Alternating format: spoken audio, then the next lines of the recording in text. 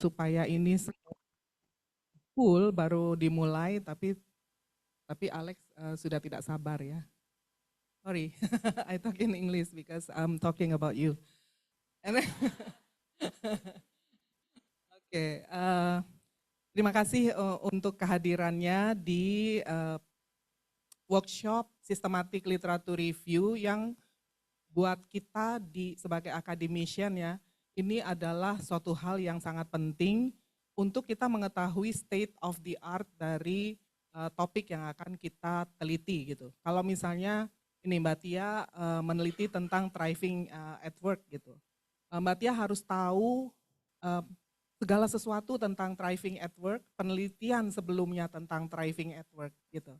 Oleh karena itu perlu melakukan literatur review dari penelitian sebelumnya supaya kita tahu gap risetnya kita apa dan apa yang bisa kita sumbang dari penelitian kita selanjutnya. Nah, dalam kesempatan ini Alex hadir untuk membantu kita melakukan systematic review, literatur review dengan cara yang decent ya, bukan cara yang hanya kalau kata Alex mendeskripsikan literatur. Deskriptif literatur saja tidak cukup, kita juga harus melakukan sintesis dari hasil penelitian yang ada gitu. Nah, Alex ini sudah mempublikasi lebih dari 25 SLR, right? 25 to 30. So his last count. So there are many publications on SLR. So he's very good at this.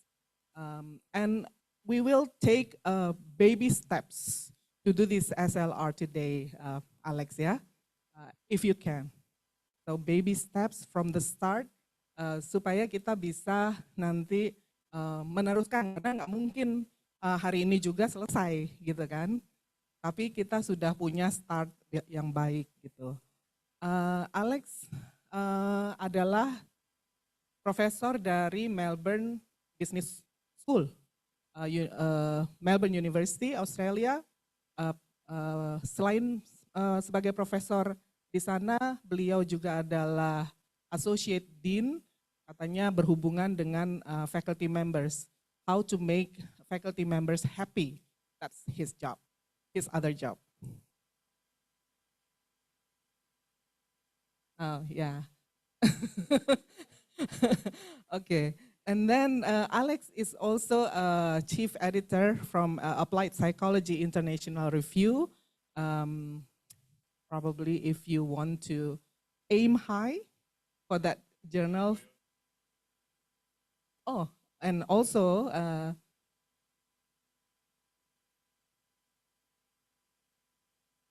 okay.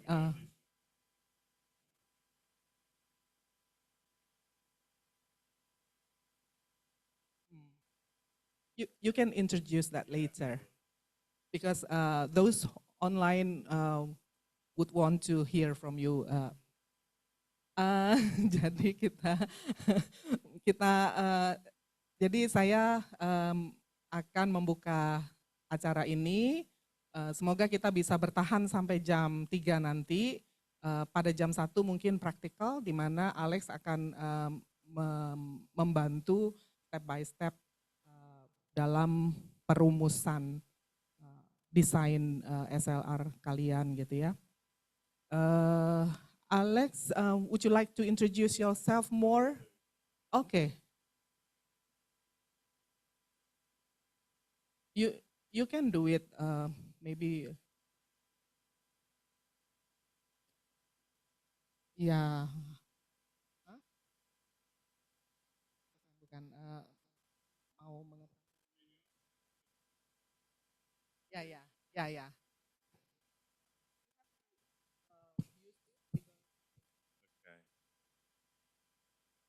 All right. Well, thank you Debbie, for the warm welcome. It's a pleasure to be here.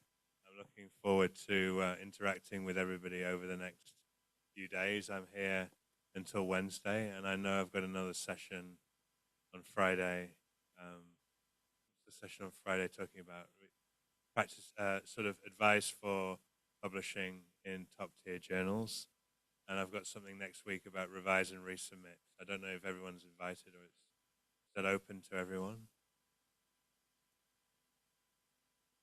Yes, yeah. So there's a couple more sessions I'm running this week. I've also got a research talk on Wednesday, the day I leave. So I think there's 3 more sessions, one on publishing in top-tier journals, tips from me as an editor, another one on my, my recent research and what I'm doing at the moment, and the third one on dealing with revise and resubmits in journals. So I'll be seeing many of you over the next week.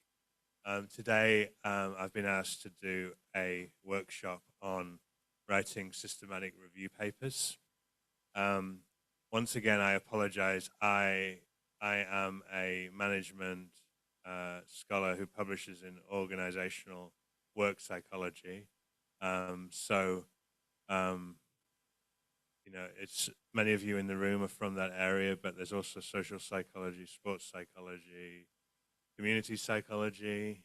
Who else do we have?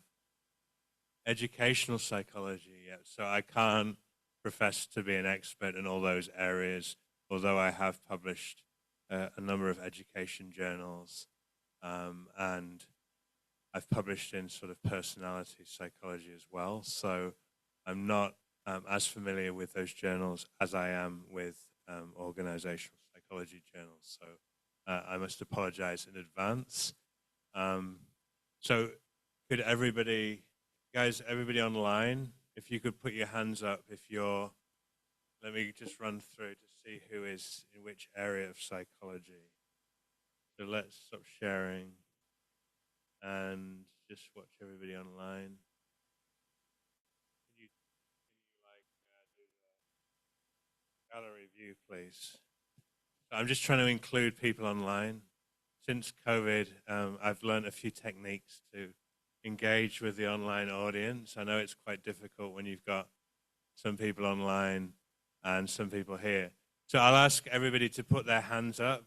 Raise your hand if you are sort of in work and organizational industrial psychology. Could you put your hand up, please? You guys, yeah? Are you, yeah? So you're mostly with like, in this area. Sports psychology. Is anyone in sports psychology? Is it the two of you? Is it just you or exercise psychology? Okay. What about social psychology? Yeah, I'm not getting much audience reaction here. What about educational psychology? Okay, we've got a few. It's quite a large group of educational psychology. I guess it's quite strong here in the School of Psychology. So what is the biggest discipline? Is it educational and the work psychology or organizational psychology? Yeah, similar size. Okay, and what about community psychology? The community people, we've got somebody online. And what else have we got? Clinical, okay, who's the clinical? Oh, you're the clinical psychology. The people that can help fix my brain, okay. So you're the real, like, you're the clinical psychology. I always respect what you do. And do you have like neuropsychology as well, or is that?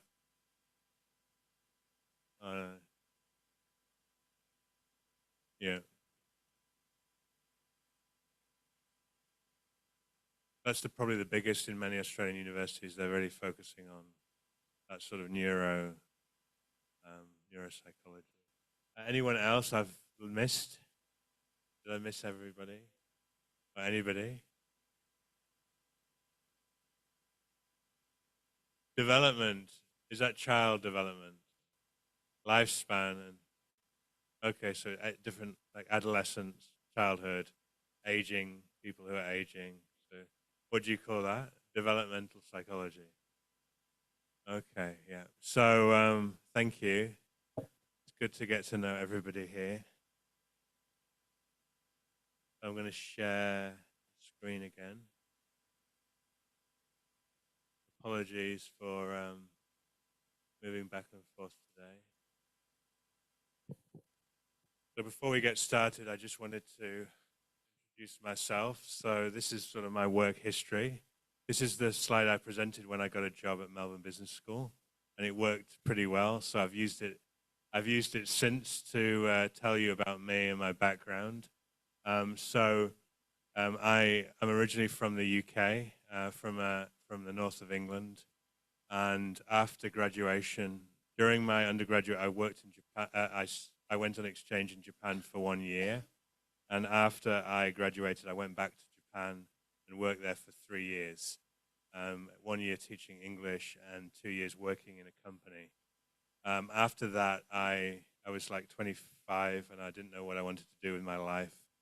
And somebody said, if you don't know what you want to do a PhD. I bumped into a professor from the UK who was starting a British university campus in China. And he said, come and do a PhD with me and help me open the campus in China. So I just took a chance and I went to China. He said, you know Asia, so you must be okay in working in China. I'm like, okay, and come and do a PhD. So I went to China and I worked at the first foreign university in China, which was the University of Nottingham. And I did my PhD part-time in about six years. I was involved. It was quite an interesting time in China when China was really growing and opening up to the world. So I really enjoyed my time there. And I worked in China for 9 years. I got the PhD, and then I was thinking, where do I go next? Because I didn't think China was a great place to have, with small children.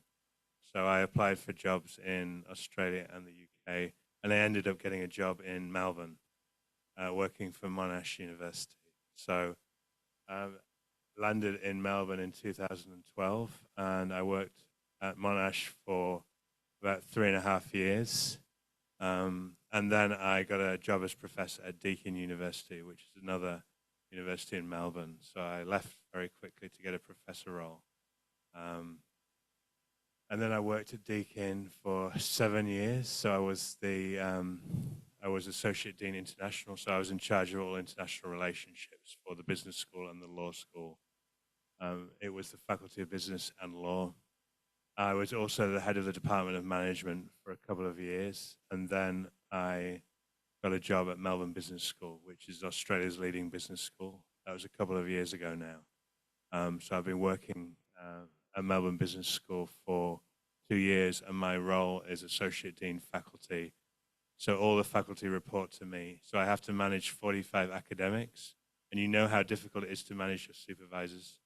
I have to do that with 45 people, and they're all very intelligent, but some of them are quite how would I put it, interesting, very highly intelligent, interesting people.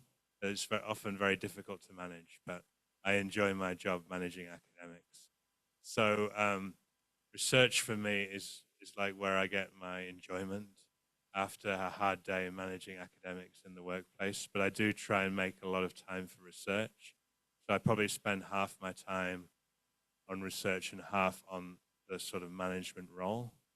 That's what I do presently. I'm also editor-in-chief of Applied Psychology International Review, which is an A journal on the ABDC list or a 3-star on the Academic Journal Guide. So it's a decent journal. It's not the highest ranked, but it's a good ranked journal. And in our journal, it was mostly work in organizational psychology, but the International Association of Applied Psychology, which is the association that owns the journal, asked us to broaden the scope of the journal to include other areas of applied psychology. Sorry, we don't do educational psychology. We just felt if we opened that up, it would just be a huge area, and we're really focusing on psychology as it relates mostly to the work and to so we've opened up to include political psychology, economic psychology, sports psychology, environmental psychology, and a few other areas as well in applied psychology. So yeah, it's growing. Those areas are growing, but we'd like to have more papers from different areas. But we don't really do social psychology. We don't do educational psychology. so apologies for that. But mostly, we're still getting mostly work and organizational psychology papers in, because that's what has traditionally been published in our journal. That's a bit about me. In terms of my research, I publish mostly in management and psychology, applied psychology journals, work and organizational psychology. I publish in journals such as Journal of Organizational Behavior, Leadership Quarterly, Journal of Vocational Behavior. I've published one article in Journal of Applied Psychology, and hopefully in the next few months I'll get some articles in Journal of Management and Journal of Management Studies. So I publish mainly in management and sort of applied psychology journals. I published in the European Journal of Work and Organizational Psychology, Journal of Business and Psychology, Applied Psychology, Journal of JOOP, I always forget if it's Occupational and Organizational Psychology. So across a lot of those applied psychology journals. And I publish on topics leadership, organizational psychology, human resource management, entrepreneurial psychology. If you come to my talk on Wednesday, I will give you a bit of an idea about the kinds of research that I'm doing. Did I put it in my pocket? Oh, it's in my pocket. I've lost my clicker already. So, okay, let's move on. So this is a bit of background on my journey with systematic literature reviews. I published my first SLR in 2023. So that's about 12 years ago now, which for me doesn't seem like that long, but it's 12 years ago. So I've been, since my PhD, it's been 15 years this year. So I've published around 100 papers in that 15 years, which is quite a lot. But I am a workaholic, so don't copy me. I don't want to be a role model, because I don't want you copying me and working too hard. Again, I think I get a lot of enjoyment from publishing. I'm a very competitive person, and I really enjoy the sort of competition in getting published. And I tend to do a lot of different projects at the same time. So at any time I'm working on 20 or 30 different papers, which is kind of crazy, but I've managed it so far, and I kind of continue doing that for fun. So since 2013, I tend to focus on writing 3 to 5 review papers every year, and some are very successful, others are less successful. But I've kind of published about 3 review papers a year, which is quite a lot. I am a highly cited researcher across both management and psychology disciplines. So I think half my highly cited papers are in economics and business, the other half are in psychology. So I think having literature reviews does help with the citation count, because they're often cited by researchers who are publishing in those areas. So I didn't do this just to get highly cited. People think I'm only doing publishing review papers so I can improve my citation count. There is an element that I realize that it would do that, but I just really also enjoy writing review papers as well. But it does help with citations, and citations, as you know, they're valued by universities. I think your job is to improve citations, isn't it? And to get people to publish in top journals. It's a metric that you value. Okay, so a lot of universities will value publishing in top journals and then citation impact of those articles. So some of the articles where I've published review papers include the Journal of Organizational Behavior. I think I've published 3. Journal of Vocational Behavior, probably 5 or 6 review articles there. I've published a couple in the Leadership Quarterly. In my own journal, Applied Psychology, I think I've published 3. I published a conceptual review, an integrative review in the Journal of Applied Psychology. I think it's on job embeddedness, which is the area that interests you. And I've also published in the Journal of Occupational Organizational Psychology. I'm going to sort of market our journal. Every year we have an annual review issue, so we accept review papers as well, but they need to be well developed and they need to be quite critical reviews. So I'm going to talk today about moving away from writing descriptive reviews to developing critical reviews that synthesize the literature and tell us what are some of the gaps, what are some of the inconsistencies in the literature, and then developing a future research agenda based on those critical insights from reviewing the literature. So in today's class, I first want to sort of look at the reasons why you might write a systematic review. I think for many PhD students, if you've got to write 3 chapters, at UI, do you do thesis by publication or do you do a traditional thesis?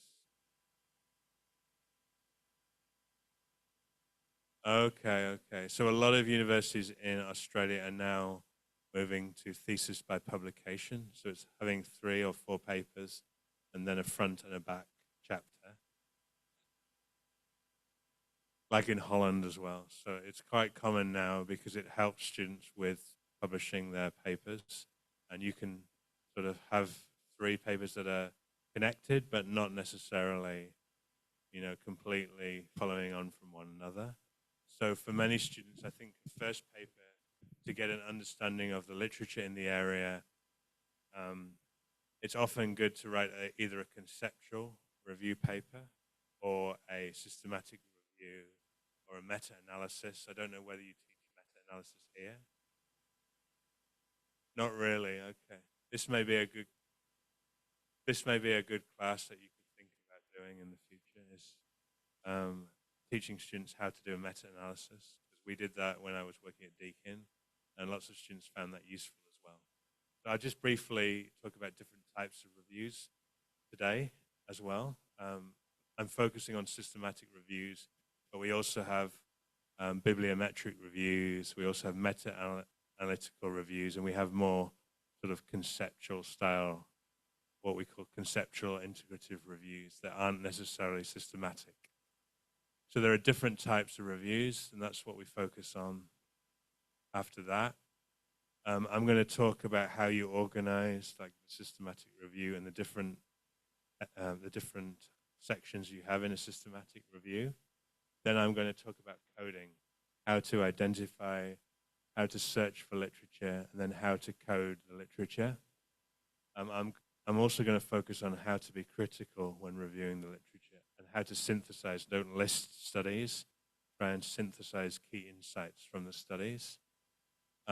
Maybe I can share some of my review papers after. You can send them around to get some examples. I'll try and pick my best reviews.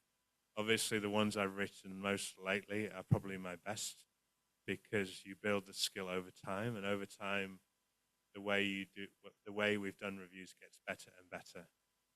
So I'll send you some good examples. And then briefly, I touch on the other types of review and give you some background on what is a bibliometric review. I've done a couple of bibliometric reviews. They're often harder because it's harder to develop theoretical insights from a bibliometric review. And I've seen lots submitted to our journal that are very descriptive, so I reject them straight away. Because I don't want to know who's the top author or what is the top country for publishing. That's not really helpful. So a lot of these reviews are very descriptive. These are the top 5 papers. These are the top authors. That is not a critical kind of review that will help the field. So these papers I reject straight away. And that's often the problem with bibliometric reviews, is they're not critical enough. They're not leading to any theoretical or empirical advancement of the literature. Then I'm going to provide you some examples of papers that I like that have developed a framework to structure the review. And then I'll talk about publication outlets. Again, I'm very sorry, I'm not as familiar with social psych or educational psych where you can publish review papers, but I do know many journals also accept review papers. I've published a review paper in Studies in Higher Education. Do you know that journal? Yeah. It's a journal about higher education. it's but they do accept psychology studies as well, but it's obviously not school psychology. But there's an educational psychology. What's it called? Journal of Educational Psychology. What's the most famous journal in your area? There is a Journal of Educational Psychology. There's also is there Educational Psychology Review? I forget, guys. Sorry. There is Educational Psychology Review. So you guys do have some areas in which you can publish reviews, and I know in social psych, I've seen people also do reviews. So I'm actually going to share in my area where those outlets are. So apologies for people in other areas. So I'm trying to convince you on why it's good to write a systematic review. The first reason is there's no need for original data. So you can do this without going and having to organize access to organizations or employees. And you don't need to run experiments in a lab, use social psychologists. You don't need to go and access schools and get all the ethics approval. Yeah, I guess you have an ethics approval process for research here. So there's a lot of work that needs to be done when you're doing original empirical research. So for a review, all you need to do is rely on existing research that's been published. So it's quite a streamlined process in terms of you can start a review quickly, and there's no need for original data. The other thing, this is a more instrumental reason, and it's not why I started doing reviews. Although people have said, are you only writing reviews because you want to be highly cited? I said, that's a secondary benefit that comes from doing reviews. The first is just I feel motivated and I enjoy doing it.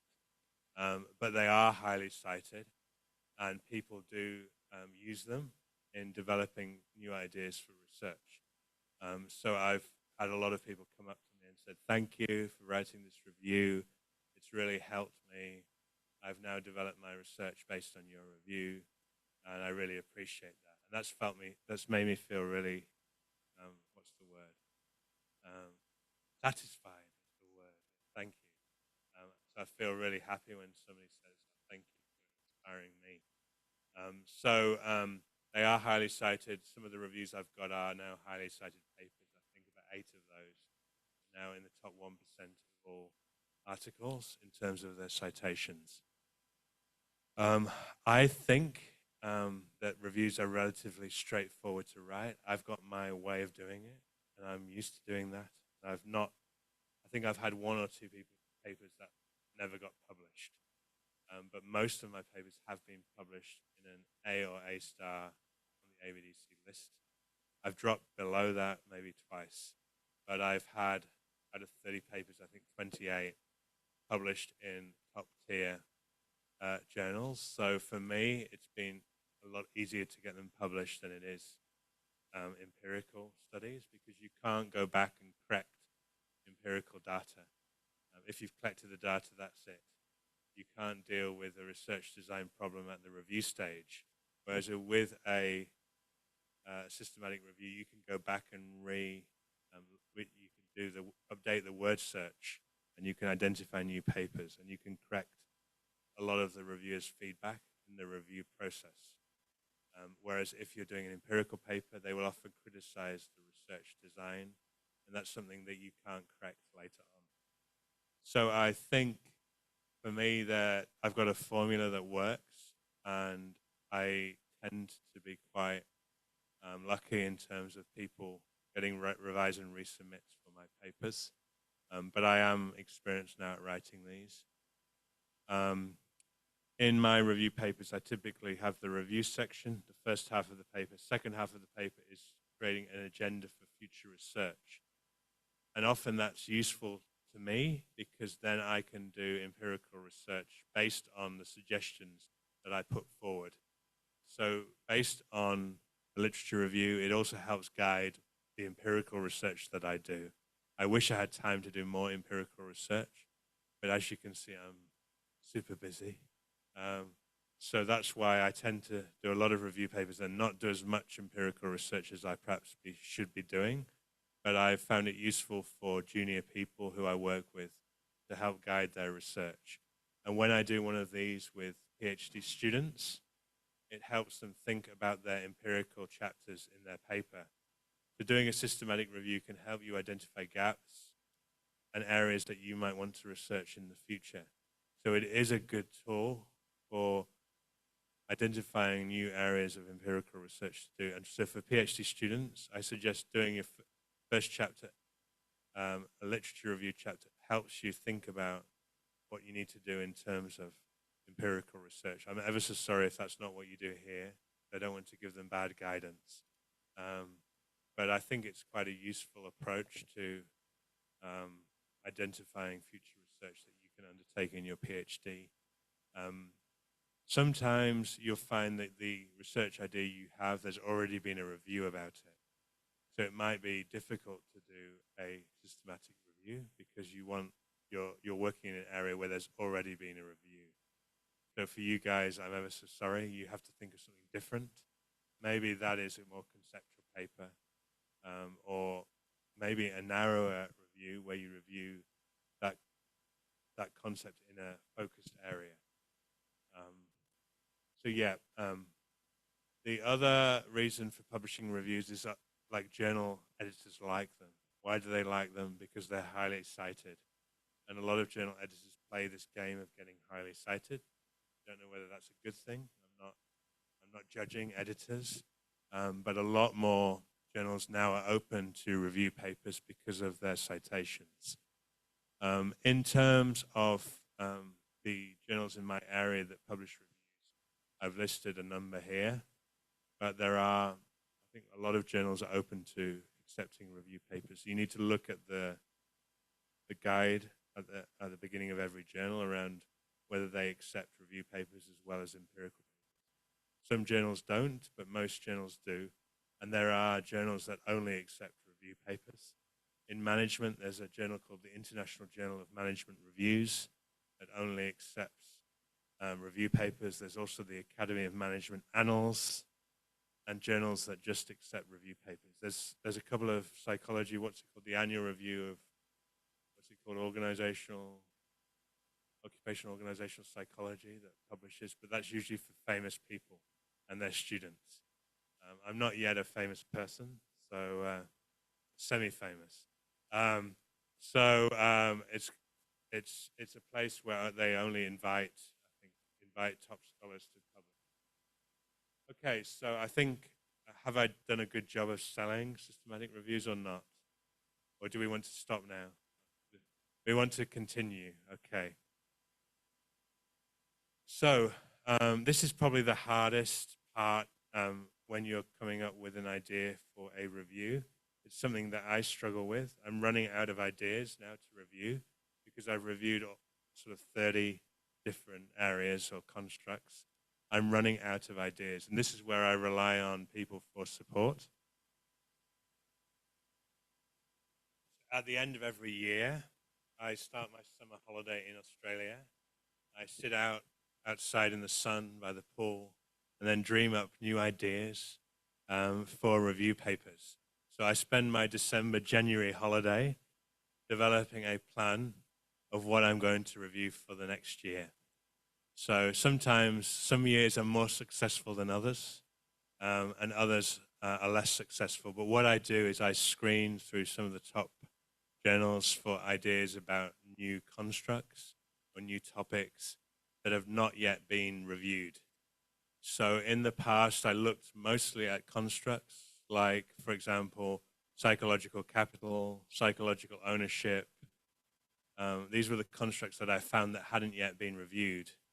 But now I've found that because reviews are so popular, most constructs have been reviewed.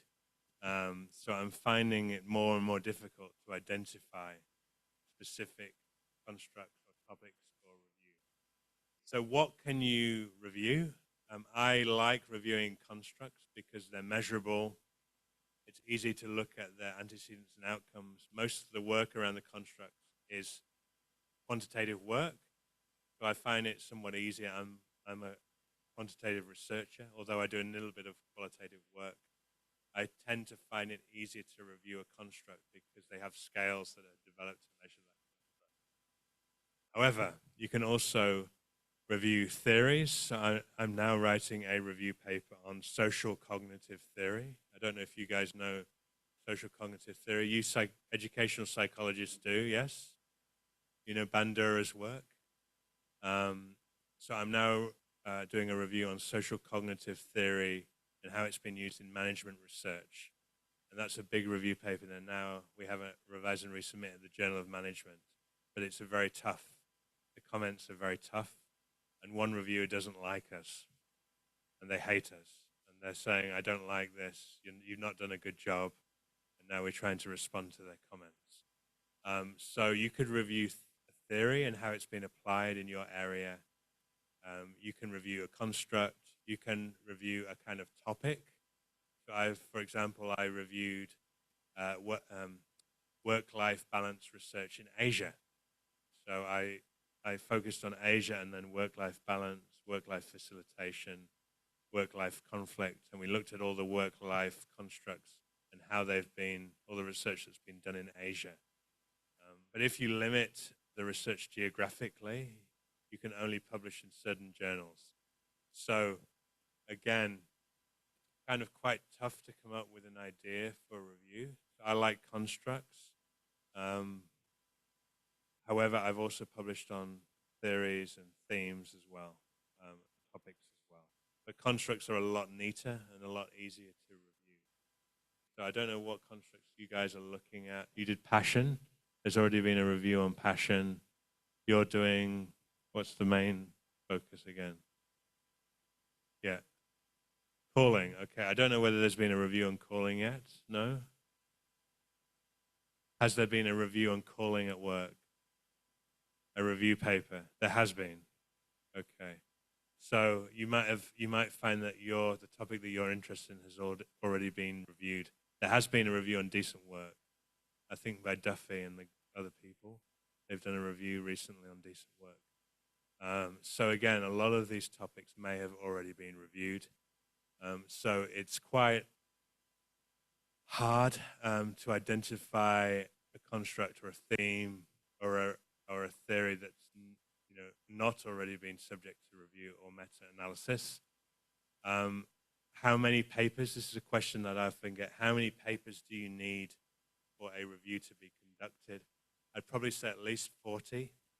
The minimum I've had is about 40, but sometimes the reviewers will say there's not enough papers yet to do a proper review. You need at least 100 or you need at least 80. I don't believe that, and I've published with 40. However, you've just got to be aware that some reviewers might not think that's enough. Okay, so again, I like to get in early because I know other people are writing the review. So I've just done a review on belonging at work and just submitted it to a journal. I also know there's another team in America doing the same review and that they've submitted it to a journal. I want to be quick because I want to beat them to it. Because if they publish before me, then my paper is dead. So I also need to be aware of who else might be doing the kind of review as well. Because it can be that you have to be quick, otherwise you might get beaten to the punch. Okay, so it's like a race. I like to get in early and think about constructs that have maybe 40 or 50 papers and have yet to be reviewed. So one of the papers I've also recently submitted is a paper on moral attentiveness. And moral attentiveness is about the extent to which you perceive and reflect on moral things in your life. And it's quite an interesting construct. And there's been about 40 papers. And somebody said it's too early to do a review, but every year we're getting 5 to 10 more papers. So I've started with the review and I've added another sort of 10 papers this year. And I think it's big enough now to publish. So yeah, there's no right answer here around how many papers you need for a review to be conducted. There's also the possibility of going back and re-reviewing an area that's already been reviewed. So there may have been a review sort of 10 years ago, and you're able now to provide an updated review based on recent evidence. So that's a possibility as well.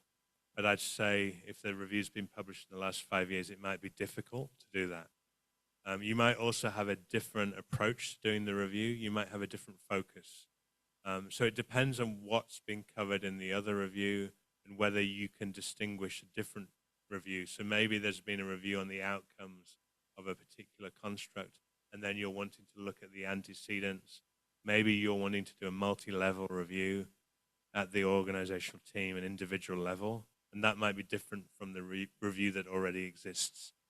So if you are going to publish a review on a topic that's already been reviewed, you need to make it distinct enough from the previous review. So just be aware. And what I do is go to the Web of Science or Scopus or Google Scholar, and I'll do a search. I will use that term and then review, meta-analysis, to see whether there's been another review. If the review has been published but it is a very, very poor journal, then I don't care too much because I know my review is going to be much better. However, the reviewers might pick up on there's already been a review published in this such and such journal that is very lowly ranked. But then I have to provide evidence that my review is much better and much more, how would I put it, robust. So yeah, you've just got to really do your search to make sure that there's no other review or you're able to distinguish your review from the other review. Okay, let's move on now. Am I going too quickly? Is everything okay? Do I need to go slower, or you can understand my poor British accent? Okay, or a bit of Australian accent now.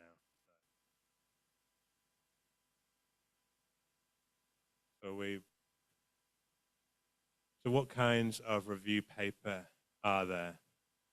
Okay, so I'm talking today about systematic reviews, and as I mentioned before, they either tend to focus on a construct, a topic, a theme, or even a theory. So some of the best reviews I've seen have been conducted around a theory, such as the conservation of resources theory, jobs demand resources theory. I'm publishing a paper on social cognitive career theory, social cognitive theory. There's also been reviews on things like social cognitive career theory in vocational behavior, theory of planned behavior, was it trait activation theory? So some of these theories I've seen that have been reviewed in the work in organizational psychology. I'm not sure about those big theories that haven't been reviewed yet.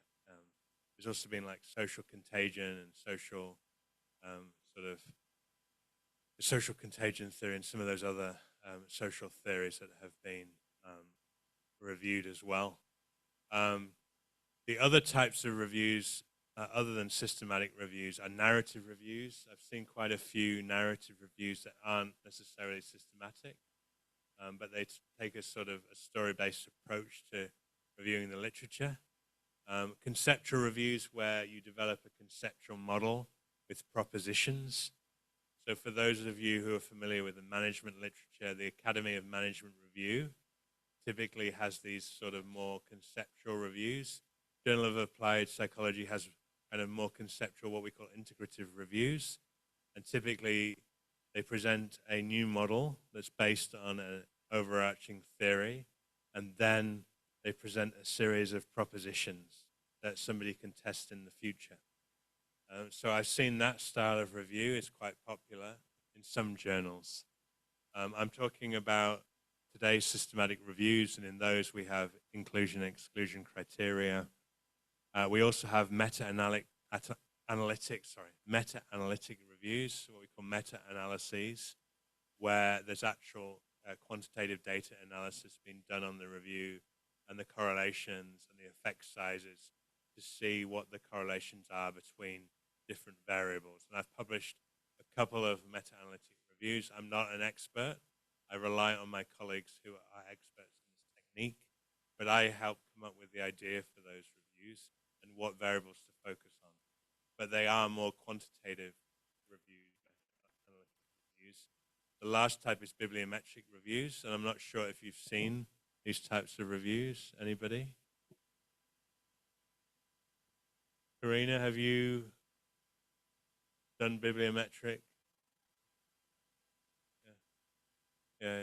So bibliometric are where you sort of do you look at the network between different journals and different areas and how they're interconnected. I'll show you some nice diagrams later on today, but it's looking at how different papers are related and what are the key papers that underpin the field, what are the key topics in the field, and you can look at interconnections between the articles in the field and what key topics there are, what are the hot topics, what are the underlying, how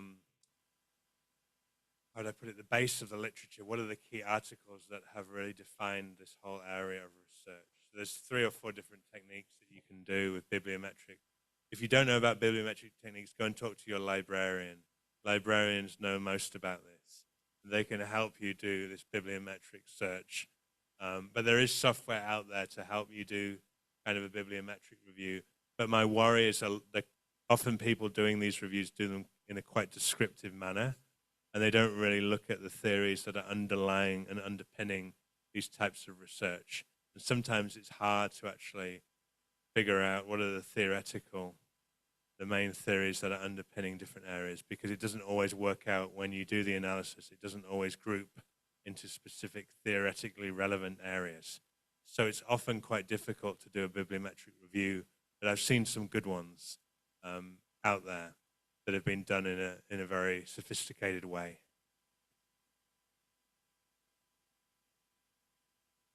Okay, first of all, you've got to come up with a methodology around when you search for literature. I'll go and log on to Web of Science in a few minutes to show you how I do a search. I think you can do a similar thing in Scopus. I'm told that you mostly use Scopus here. I don't know if anybody's done a systematic search using Scopus. Maybe you can educate me. I'll show you how I do it in Web of Science in a few minutes. But you have to come up with a methodology to determine which papers to include. So the first thing you need to figure out is what terms are you going to search for. So I'm thinking of doing a review on leadership and resilience. What should I search for when I'm doing this review? Any ideas? I'm doing a review on leadership and resilience. What kind of terms should I search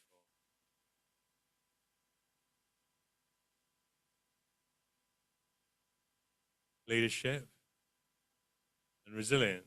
Okay, so leadership and resilience. Any other terms, or is that going to get me all relevant research? Supervisor, thank you. Manager, leader, or leadership, or leaders. Supervisor, manager. So should I just look at resilience, or should I look at resilient? So we've got Alice. Calling and leadership. No, I'm not sure calling's related to resilience, but I thank you. So I might look at resilience, resilient, because I want to capture, not just some people might say resilient leaders or resilience. So I want to do a search that's going to capture all the research. And I've done research on different types of leadership before, and the reviewers have come back and said, why don't you expand your terms to include manager, executive, supervisor? Of studies, and it really frustrates me sometimes. But you've got to think about what a reviewer might say. Oh, you haven't done enough, your search is not good enough. So I'm thinking about a recent paper that we've done, and now I've got a 3rd revision. And there's one reviewer that still hates the paper, and they've asked us to do more things. And they said, I still don't like your literature search. You need to search for these terms as well. And I'm like, okay, I'm a bit tired now. I just want to give up. I want to give up with this paper, but we've got 2 more months, and they've given us 6 comments to address. But they're nasty comments.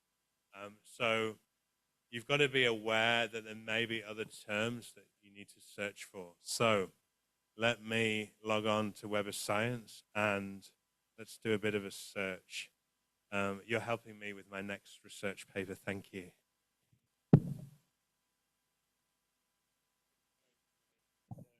If you want to just go and grab a drink or something, it'll take me a couple of minutes to get everything up.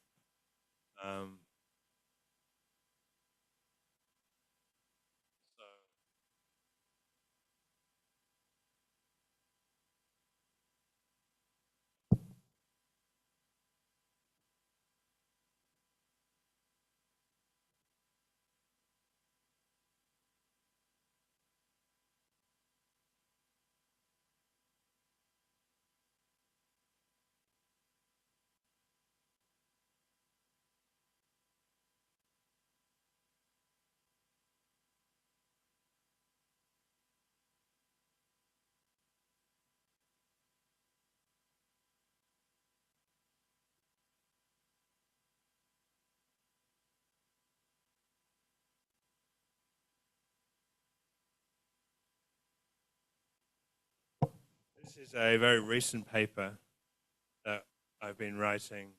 It's got a revise and resubmit at Leadership Quarterly. It's looking at leader and follower value congruence. It's the extent to which the leaders and followers share values. So as you can see, thank you for your suggestions earlier.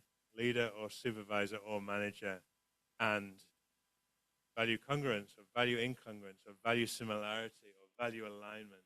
So the reviewers said there's not, there's been a different sets of terminology used to measure the same thing. Value congruence, value incongruence, value alignment, value similarity. Most of those we found no articles, but we still checked. And then there are different words for manager, leader or supervisor or manager.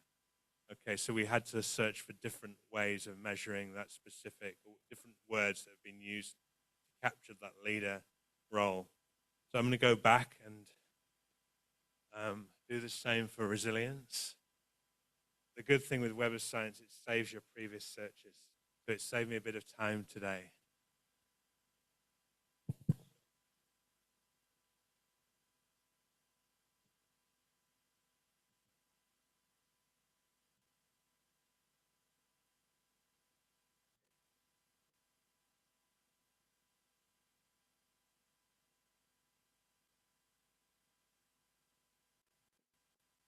Sorry, having a star will collect anything after the end, like resilient, resilience. So that's how you do a search. And this is what we call a Boolean term search. Your librarian should be able to help because it's a common way of searching for literature. So we've got leader, so we've got bracket. It's important to put the brackets in here. Brackets, leader or supervisor or manager, and resilient. This will cover resilient, resilience, etc. Now let's do the search.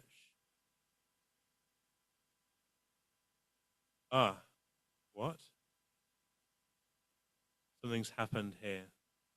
It should be more than this. Let's try again with resilient.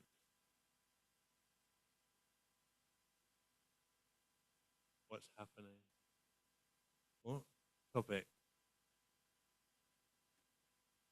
Okay, so it's got 8,809, sorry. What happens if we just have leader? So you can do all sorts of things with it. 2,930. What if we were to change it and look in title only? Only title. So you can decide whether you're looking at title, abstract, or the whole document. So if we limit it to title, there'll be 129 with leader and resilience. I'm going to put leader, and then I'm going to put a star, and resilient, and a star here. Capture anything with leadership, leaders, leader, and resilient, resilience. We've got 560. However, most of these will be useless. I don't know. This is not something that I'd include in a literature search. So once you've done the search, you then need to go and look at each of the individual articles to see if it's relevant. And this is about computer networks. Very irrelevant to what I'm looking at. This is probably going to be relevant. This is something in sports psychology.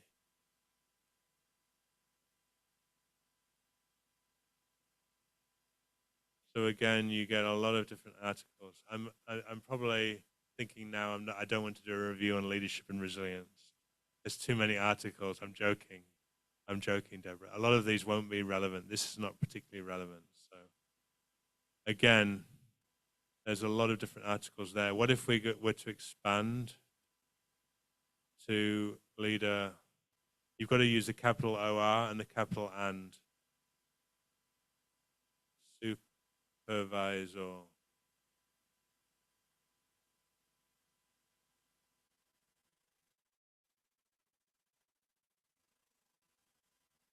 So a bigger, the 663.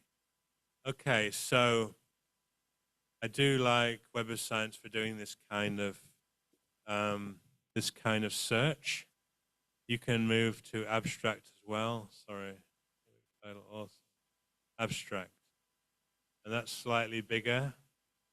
That's giving me 10,000 research outputs. So sometimes it's quite hard. I don't know whether I want to scroll through 10,000. Yeah, the other thing you can do is you can combine the terms so that it might be slightly better. What you can do also is leader resilience.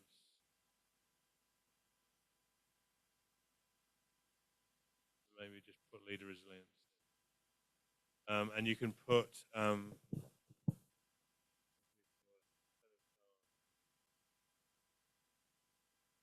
this means that it will cover anything that has leader and resilience together. I think it's either it's colons or semicolons. Okay.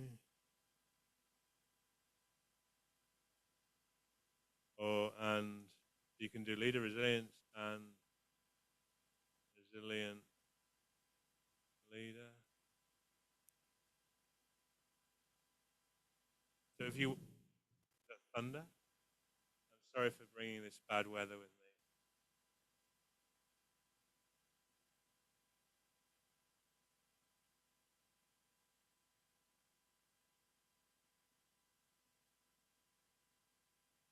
Or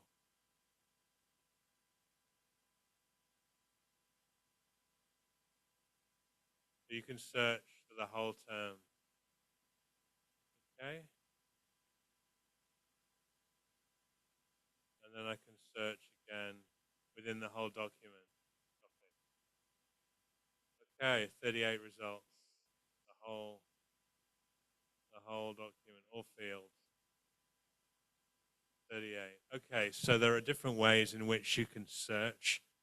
You can search the one construct, leader and resilience, leader or manager or supervisor and resilience, or you can search for the two terms together, but you've got to put the, what do you call it? The double, yeah, sorry, I always forget the grammatical names. Like the quotation marks, double colons. It's quite a useful tool, Web of Science. I think you can do the same in Scopus. Should we just copy and see if it works in Scopus? Okay. I think you can do Boolean search. Sorry, sorry, we'll plug it somewhere else.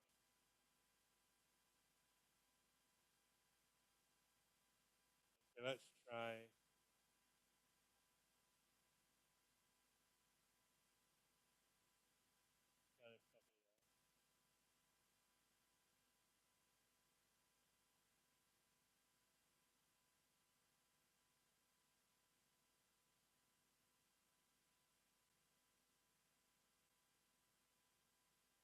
Sorry, I'm going to actually write.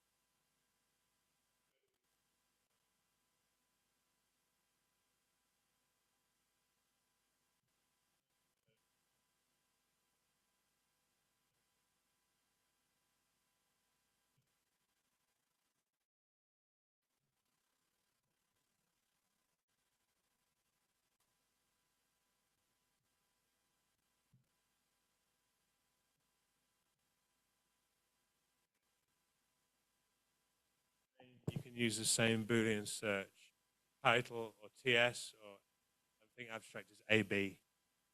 So yeah, it works the same in Scopus. So you've got access to this. This is connected to your library, is it? Perfect. Okay, and there's quite a lot of overlap between Scopus journals and Web of Science journals. Yes. Yeah.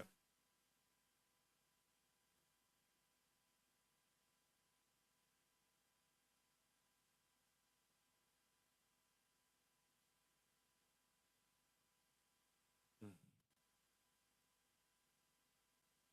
So what is your topic?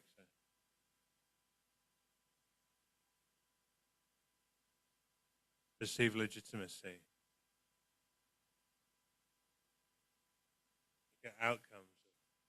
I don't think that's you're gonna have to go through each article individually and figure out whether it meets your inclusion criteria. I don't think you can just search like outcome, or because it's not necessarily going to say that in every paper. So unfortunately not. So I think that's something you're going to have to do. Download all the articles and then have your criteria. So we'll talk about inclusion or exclusion criteria later. And that's what you need to develop after you've done the search. You've got all these papers, download them, and then go through them one by one. It's a lot of work, especially where you've got like several thousand. Yeah, that's why I like to focus on constructs that I know they're quite new and niche. And some of these, like job performance, you'll probably have like 100,000. It's then hard to. I think you can use big data to now extract stuff from some of these, but it can be quite tough when you're downloading and figuring what to include. So you've done perceived legitimacy, is that it? Yeah.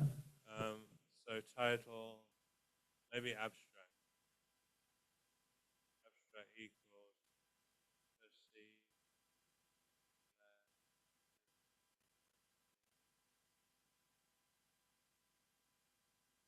1,700. And are you doing it in education? In social. Social psych, okay.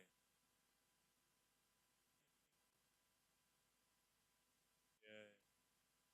And maybe we want to look at this as a term where they're together.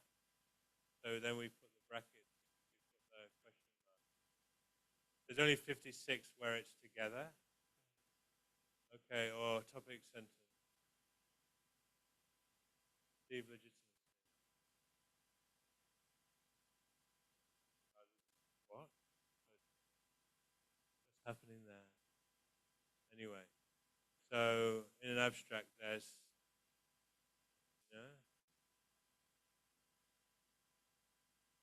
yeah.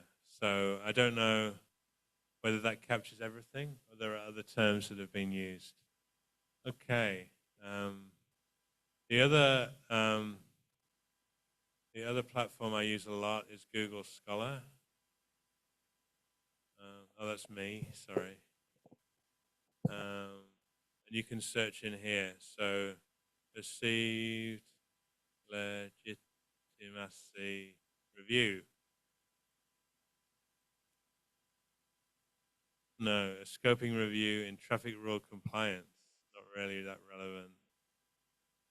There's not really been a review on this construct. So you're first. You'll be the first. Okay, so I often use Google Scholar as well to really get an idea of whether there's been a similar review or paper. And Google Scholar is quite good because it contains a bit more literature. But I don't normally do a systematic search on Google Scholar. It's either Web of Science or Scopus for me. I think Web of Science I like because it includes all SSCI, all journals with an impact factor.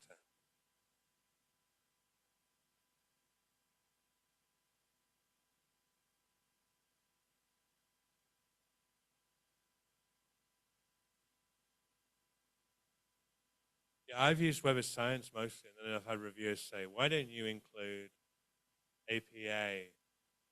Or why don't you include Wiley? Or why don't you include it? But Web of Science and Scopus include all those journals anyway. So I'm like, because Web of Science includes all those journals. Sometimes you can limit it to journals. So, for example, in the management discipline, some reviews limit it to the top 30 management journals, or all A-star and all A management journals, or maybe psychology journals that are Q1 journals. So you can limit it based on the quality of the journal as well. So that's where you've got to come up with a firm. If it's a massive literature and you want to reduce the number, you can limit it to Q1 journals or top journals in your field. So it might be in social psychology, you limit the search to the top 10 or 20 if it's a very big literature. So you can impose a quality hurdle on the literature search as well. Sorry.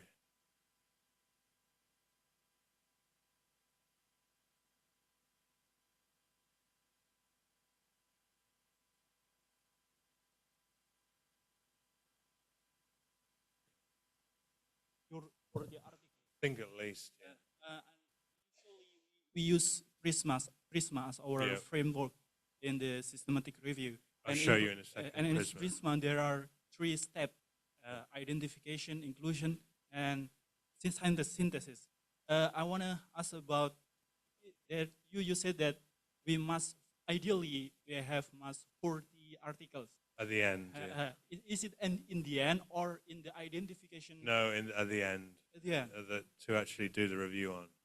I'll show you Prisma in a second. But I just wanted to show you the search process first, and then I was going to show you the next steps. Okay? So, yeah.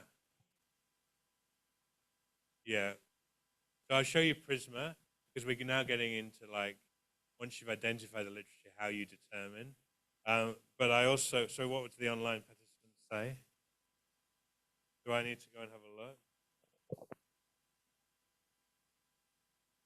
Is there a chat? Sorry, I'll look at my chat. In my chat.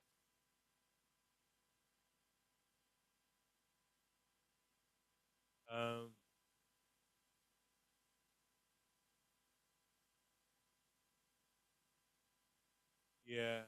I've got the question, can you do something in Indonesia? I think it's hard if you confine the review to papers published in a specific context. Like, which journal article is going to publish a study that's just looking at research in Indonesia? Maybe an Indonesian journal, yeah. But a global journal is not going to, why is Indonesia different from another country? So I've done studies where I've limited to Asia, but then who's going to publish that? Maybe an Asian, like the Asia Pacific Journal of Management, or an Asia-focused journal. So I don't recommend limiting it to a specific context, because it damages your chance of publication. Yes.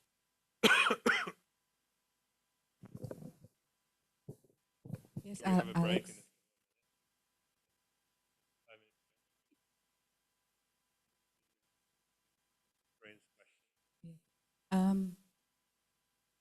My understanding is the aim of this workshop is to help students to do systematic literature review for them to be able to identify research agendas. So the aim is not to for them to publish in a A-star journal, but to identify research agendas. For your information. But it would be good to do both. Yes. Yeah. Theoretically. Theoretically. Yeah. For information, in our PhD program, we do teach them how to do bibliometric review, systematic literature review, and some or one have published their review in an Indonesian journal. But our aim is to help students to understand, to identify research agendas. Why I'm saying this? Perhaps because knowing this, maybe you will encourage them to also identify more narrowly on the context. Yeah, so they can reap more benefit for this. Yeah, I guess if it's a very big literature, then it might make sense to narrow it down.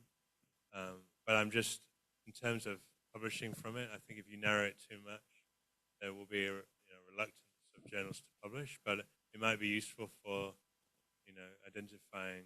My worry is a lot of students I've seen in Indonesia and other countries that are emerging is that they've simply copied a model that's been done in the West and copied it and said, is it the same in Indonesia?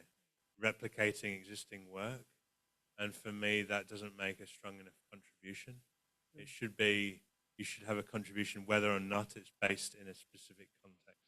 So my worry is that, someone goes and reads a top paper and then tries to replicate the study here, and it's not really enough of a contribution. What I see as important is Yeah. they put their feet on two places. One is understanding the Yeah, of current course. discussion in the world, the Yeah. top journals, and like you said, that many reviews has been done. So Mm. they have to read that. But for them, for they themselves, what research that they have to do, the research agendas,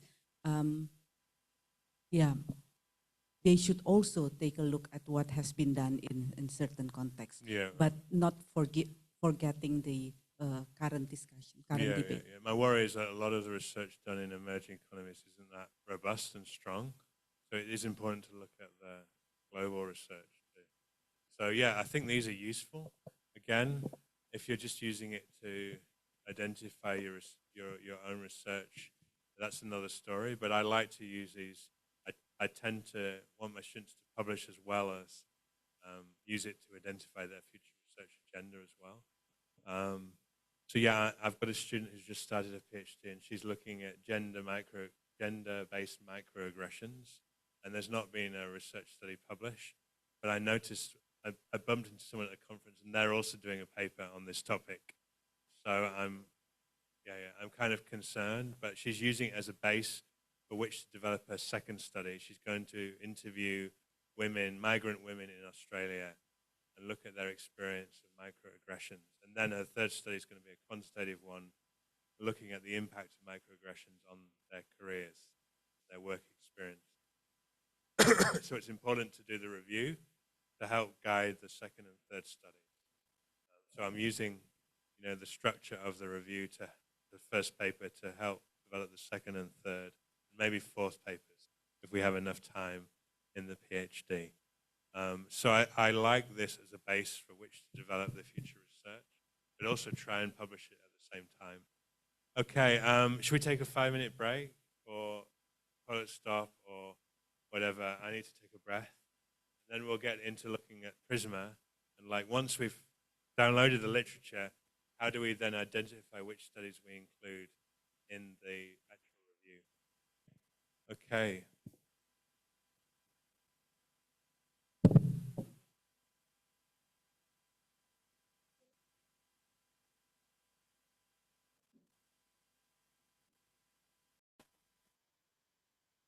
Thank you. I'm going to go through the other sort of steps in doing a review and looking at different types of reviews.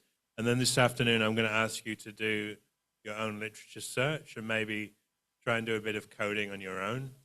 I know many of you will already have done some literature search and started coding articles. So this afternoon, I guess, is optional. If you're going to find this useful and you want me to give you advice on your literature search and how to code, then I'm happy to. So I think we stop at 12, and then hopefully we'll get this first part finished. I might need an extra half an hour after, and then 1 o'clock to 3 o'clock.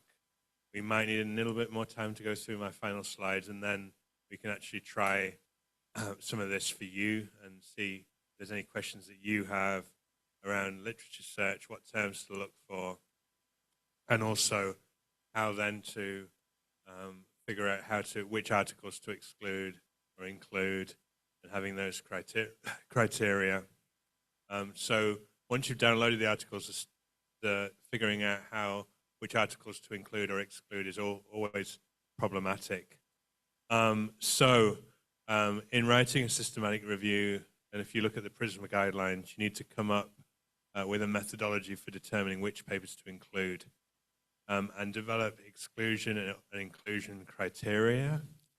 Do you limit the review to a certain number of journals? Maybe it's Q1 journals, or it's the top 10 journals in the field, or maybe it's only SSCI journals with an impact factor.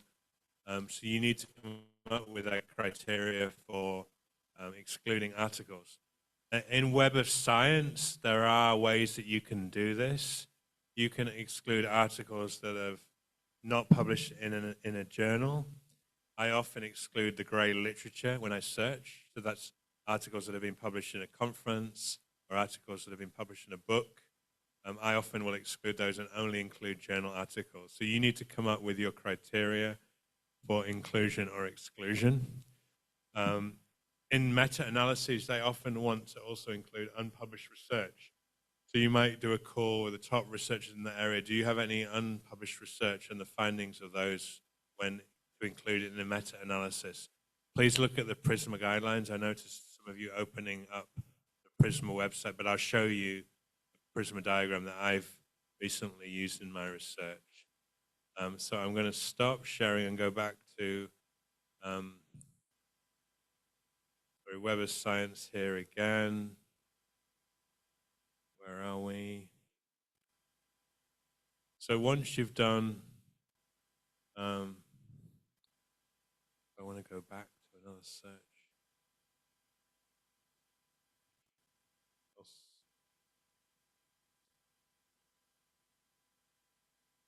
There we go. So you can also refine using this side of the box. You can decide on what years to include. Maybe you only want to include research published in the last 10 years. Normally I wouldn't do that, but you can do that. You might want to only include articles, so you can go to refine. You may only want to include articles published in English because obviously your Spanish, Russian and German isn't particularly great.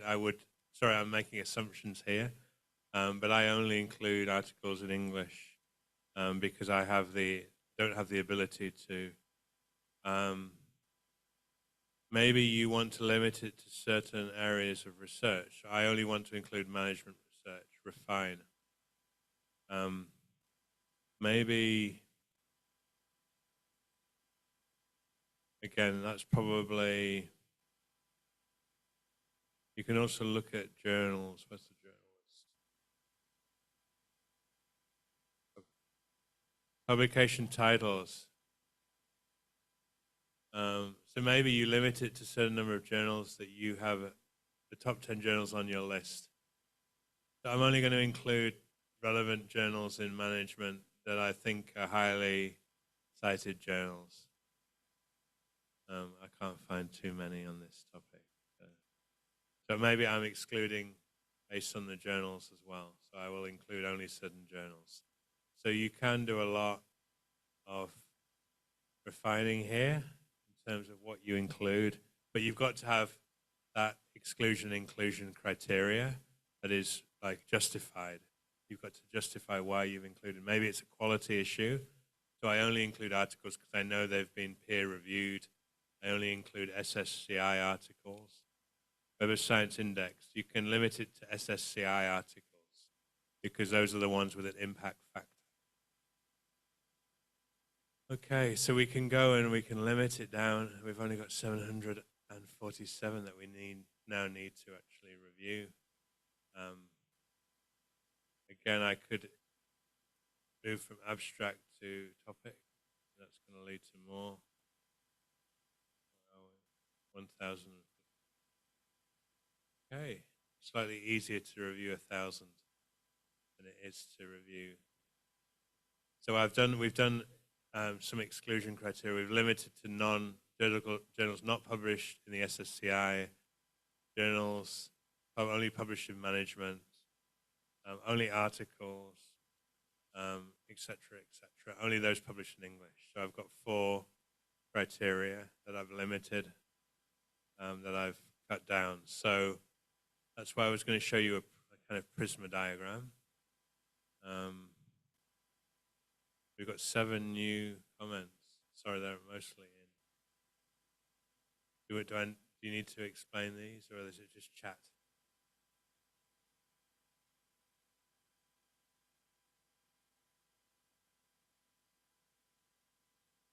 Okay. Thank you. So, I've just presented Prisma diagram.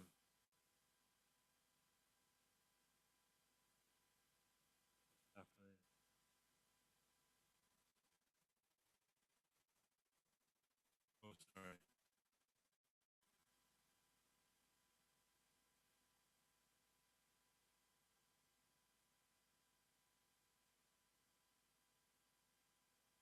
Okay, so it's quite hard to see. Let me go up so I can actually see a bit better. So this is a recent research that we've done on future work selves.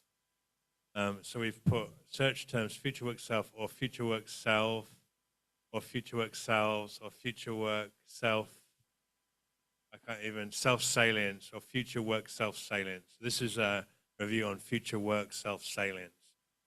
It's quite a new construct, and we've just published it in Applied Psychology.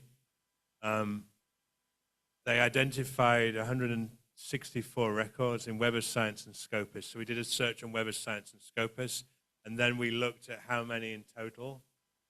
So out of those, I think 164 unique ones. Sorry. Thank you. Thanks for doing that. So there were 164 titles, and then they duplicate. We removed the duplicates that were both in Scopus and Web of Science, and that led to 138. Can you move down a bit? Sorry. Can you move down? And then we excluded book chapters, conference proceedings, and retractions, and that led to 124. Then we went through the 124. Then we excluded articles that did not focus on the FWS, or they weren't traceable. There was no details on the methodology. That led to 57 articles with 64 separate studies. So that's the process that we've used. With each exclusion criteria, kind of then led to a different number of articles being excluded. So I don't know if we're following the pure Prisma guidelines, but that's the kind of Prisma kind of steps that you would normally use. And then at each stage, you need to say why you excluded articles. You want to follow those systematic guidelines. And I found that we do this in about half of our studies. Some editors and some reviewers don't require like us to provide this diagram, but it's quite good practice if you do. Some journals like you to put in a Prisma diagram to explain at the different steps on how articles were excluded at different stages. So I think coming up with the exclusion criteria, often I do it around quality. I only include articles that have been published in peer-reviewed journals. I often limit that to either SSCI journals or a quality threshold for my discipline. I often limit it based on discipline, so you might limit it to social psychology or educational psychology journals. You might not want the wider literature. So a lot of the management research is also published in nursing journals. And if the literature is small, I probably will include the wider journals. But if it's a large literature, I might limit the scope to only journals in one field or journals with a quality threshold, whether that be Q1, journals on the management list, A, BDCA, or A-star list that I use because I work at a business school. So I will use some kind of quality threshold to do the first step, then I will exclude those published not in English or published in conferences or book chapters. I will exclude those. And then I will go through the articles and figure out which have actually looked at this construct. So yeah, a lot to do, but it's kind of nice to have this kind of Prisma diagram in there to guide the reader and the reviewers around how systematic your review was. Okay, any questions about this process, about this identification? So this is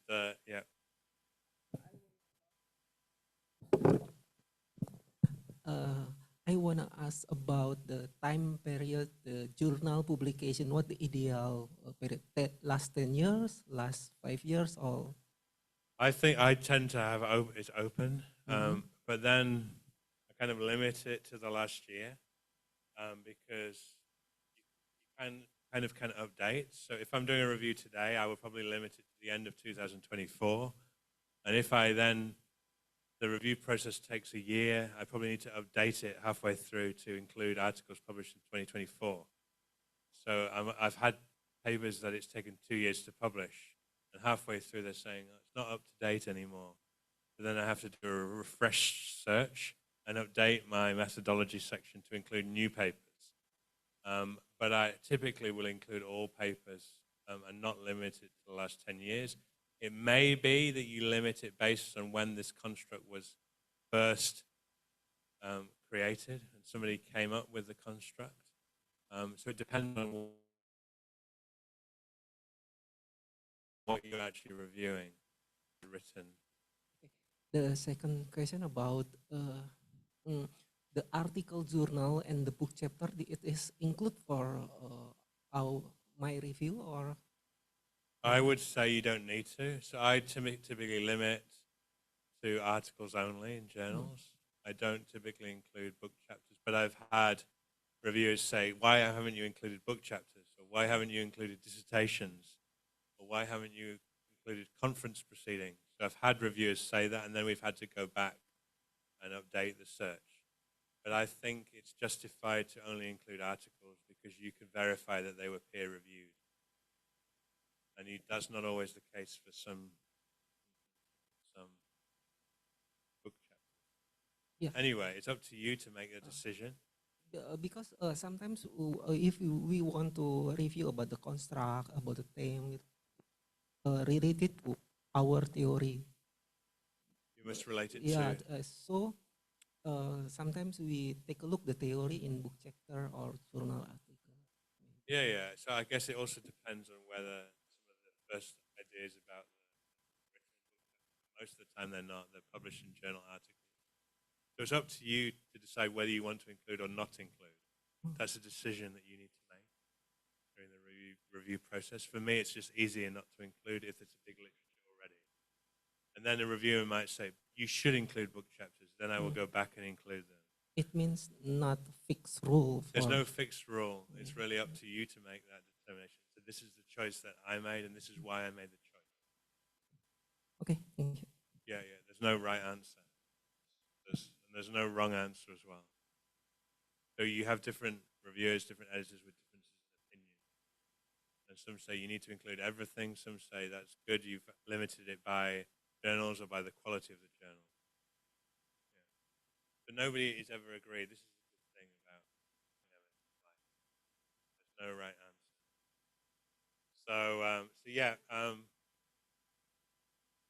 So how do we structure a review paper? I think the most important. Sorry, there's another question.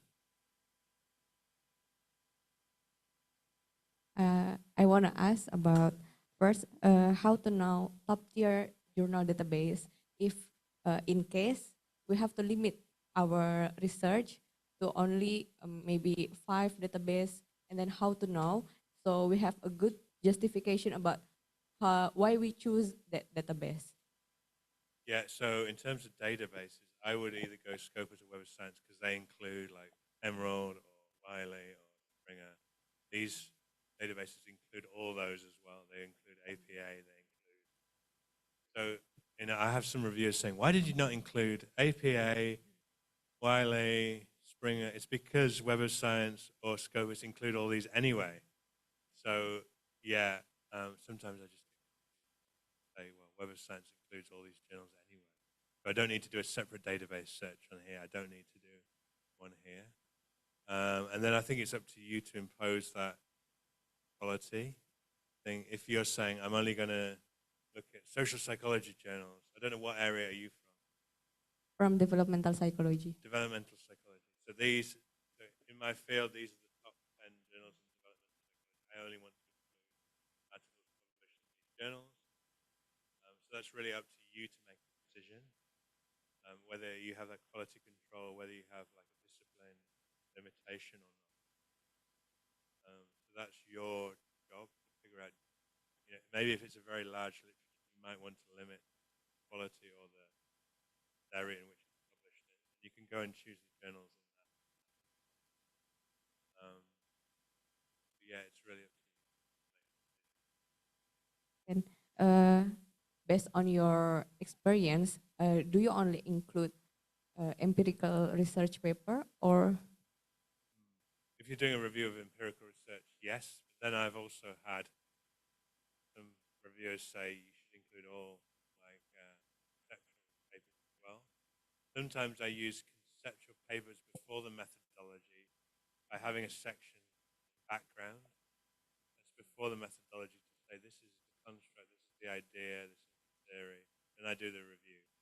But sometimes that's a way of including the original conceptual work is in the introduction or before the review started. But in the review, I typically only look at empirical work. thank you so much? Yeah, but you can. Some reviewers have said include everything. So then I have another section that looks at the conceptual work behind the thing as well.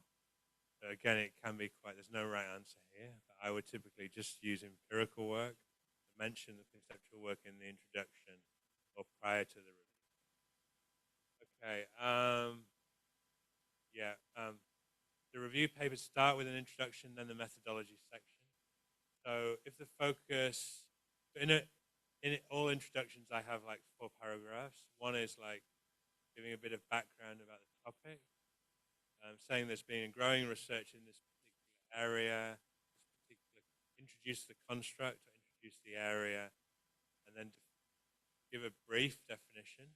Although later on you might say there are a number of different definitions. So in the introduction, introduce the area, talk about its growing in importance, why it's important, then talk about what you're going to do. So in this review, I'll send you a few examples of some of my the best reviews to show you how to set up that introduction section. So background, why this topic's important, what you're going to do in the review. So you're going to review the literature, look at the relationships to which this construct is connected, look at the antecedents and outcomes, look at how this construct's been measured, look at how it's been defined and conceptualized, and then come up with a future agenda for research. And then you talk about the contribution, why what you're doing makes a contribution to the literature. So a simple introduction.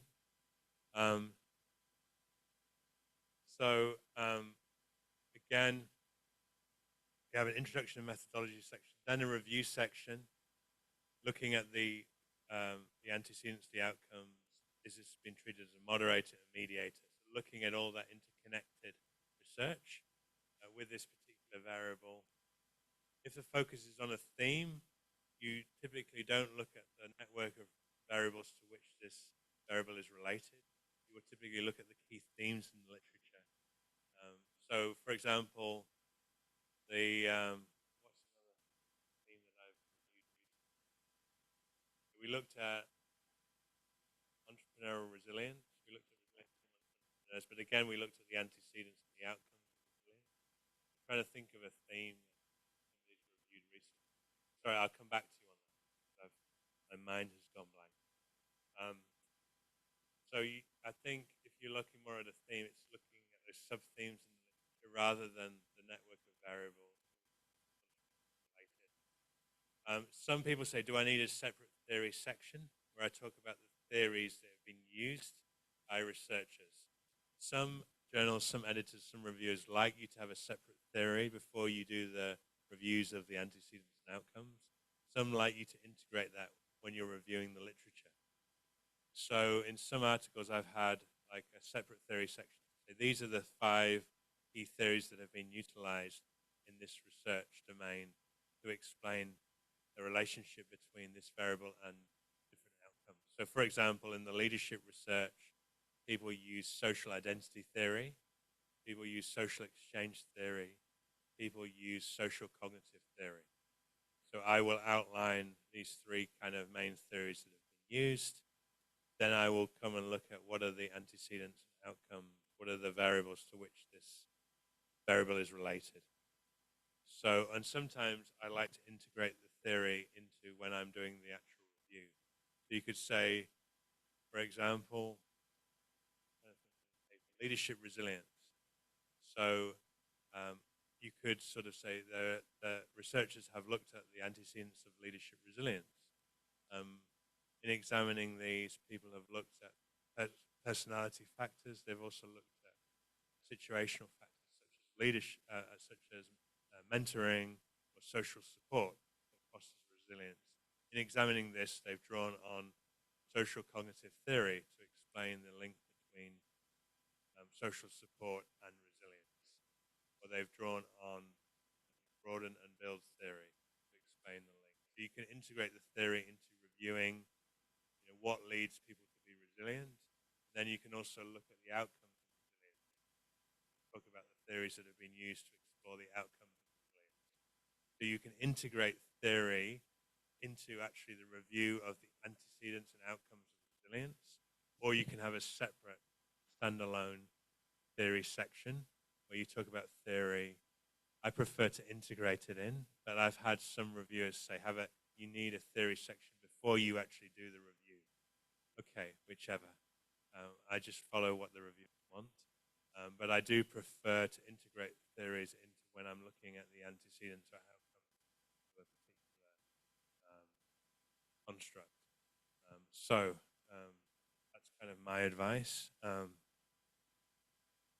Yeah. So for example, I did a review on entrepreneurial self-efficacy. There's two key theories. One is Bandura's social cognitive theory. The other one is the theory of planned behavior. I don't know whether you know the theory of planned behavior, but I think it's used in educational psychology as well. It's used quite a lot in management area psychology. Social psychology as well. Okay. So I would say, so in that paper, I think I had a separate theory section. I say research on entrepreneurial self-efficacy is typically drawn on these two theories to explain why self-efficacy influences outcomes such as entrepreneurial attention, entrepreneurial behavior. Sorry, it's not close enough. Apologies, Zoom people. I get into trouble again. So the question is, when you're integrating theory into the review, do you do it at the beginning before you actually do the review, or do you integrate it when you're doing the review? So I typically like to, so for example, when I'm doing this entrepreneurial self-efficacy, I will say researchers have looked at the antecedents of entrepreneurial self-efficacy. In doing so, they've typically they've drawn on Bandura's social cognitive theory to explain the roles of role modeling, of mentoring, of social support, and some other factors in promoting entrepreneurial self-efficacy. Then I have a section on the outcomes of entrepreneurial self-efficacy, and I'll say researchers have either used the theory of planned behavior or Bandura's social cognitive theory to explain the outcomes of self-efficacy. Then I will go through and say these are the groups of outcomes that have been looked at in the previous research, and summarize those outcomes and what the findings have been. So that's the kind of approach that I take when I'm thinking about theory and integrating theory into the review. I will typically draw on theory alongside looking at the variables which have been associated with that particular construct. And then in the second half of the review, I will summarize the key points from the review.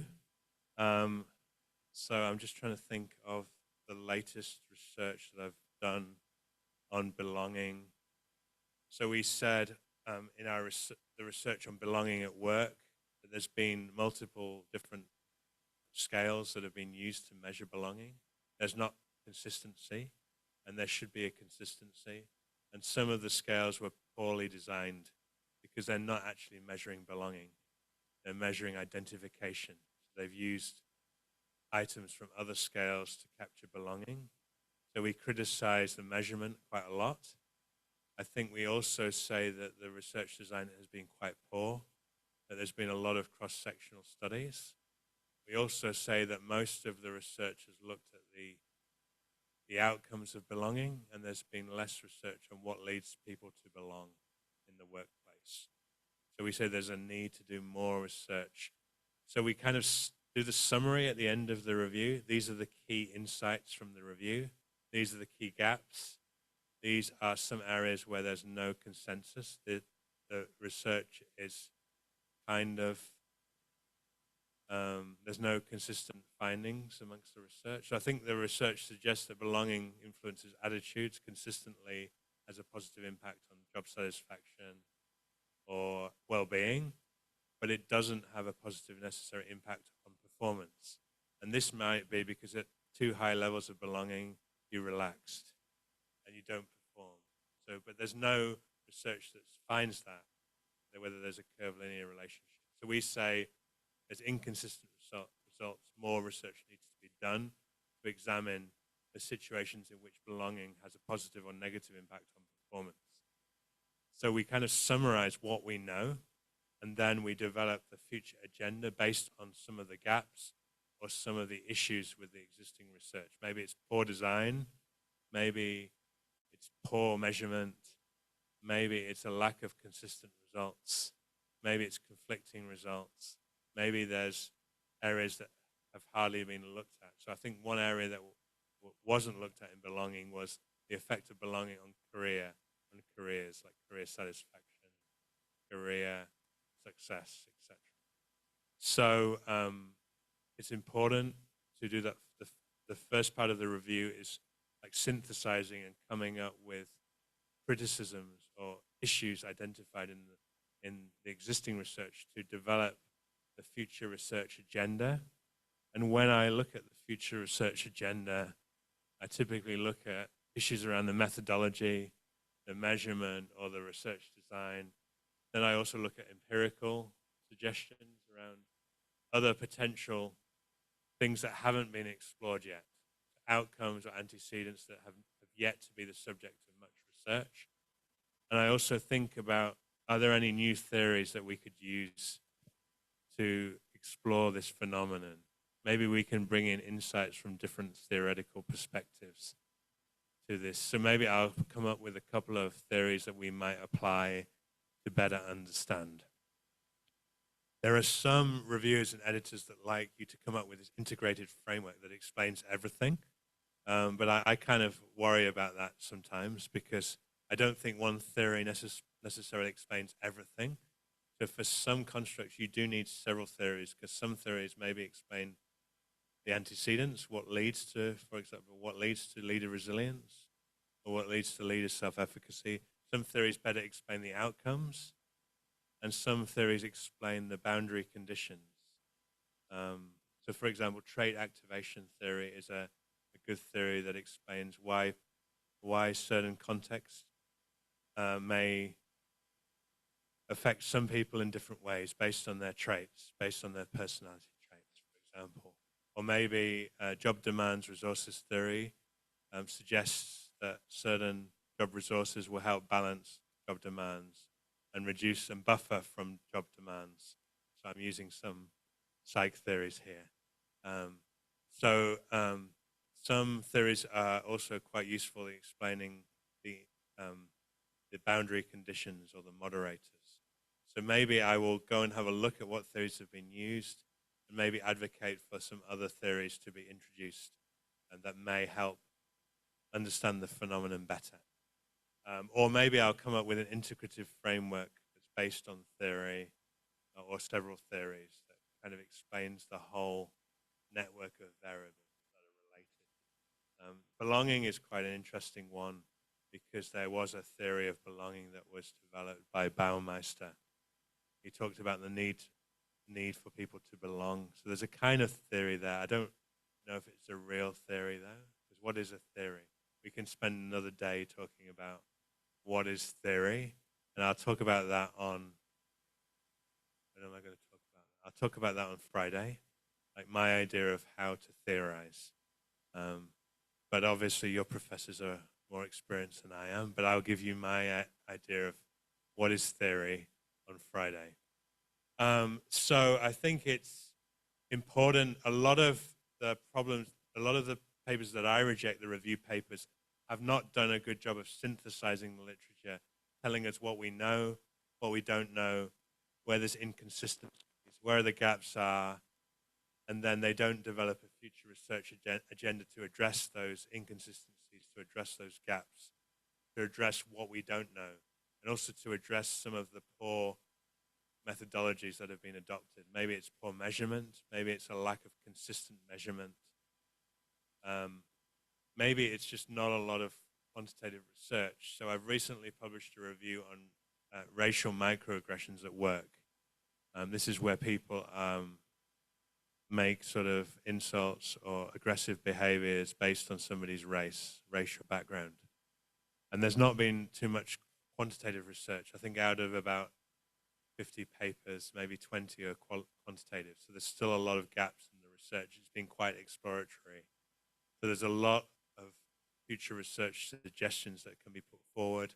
There's also been, they've adapted scales that have been used in the general public for the workplace, and they're not being very, very good. So I think there's a need for a new scale that actually measures specifically in the workplace. So these are some of the suggestions that we've put forward for future research. So again, it all depends on how developed the literature is what you can suggest for the future. It's dependent on what's already been done. So I think the idea is to critique, to offer suggestions for development, but there has to be a link between the first half of the paper, which is the review, and really do a good job at being critical of what's already been done. And then the second half of the paper is what needs to be done. So I'll send you some examples of my papers in due course. I'll send them to you, Debbie, to forward on to the group. So how do you code? I'm going to show you one of my Excel spreadsheets. Maybe I can even share one of the ones that I've done that I've published already. I have a coding process where I have an Excel spreadsheet. You know, there are software programs for coding, but I'm kind of old school. I prefer to do it on an Excel, and I like to color code on my Excel. So I'm like, my new PhD student, she's gone very high tech, and she's got this program that everybody can access online. I forget the name of it. I'll show you one piece of software where you can do it online, and then your whole group can go in and code online. But I just prefer to do it by hand. So I put my Excel spreadsheet on a shared OneDrive or Dropbox or something everyone can access. I would have a number of columns, the name of the study, the location, whether it's a qualitative paper, a quantitative paper, or a conceptual paper, study design, you know, is it multiple time points? Is it cross-sectional? Is it multi-source or single source? And is it multiple respondent or single respondent? So I code the study design for quantitative studies. I will, if the focus is on a quantitative construct, I will talk about how it's been measured, the scale that's been used. And I will look at the antecedents, outcomes, moderators, mediators. So I'll just show you an example of an Excel spreadsheet that I've used in a recent study. I think it's the belonging study. So again, sorry, people online. So yeah, you're not going to be able to see this very clearly. So I'm going to zoom up. How do I zoom up? You are the expert. It's still very unclear. Sorry.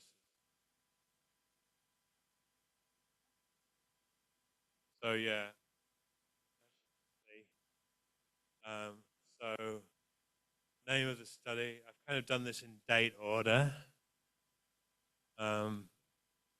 Date order. What in a lot of these articles they have multiple studies. So I have a different line for each study. Study 1, 2, 3, 4. The type of design, a survey or an experiment. The study design, single wave, single source, multi-wave, multi-source, single wave, single source. So I'm coding the type of the quality of the study as well. sorry, I should just stay here, I think. Yeah.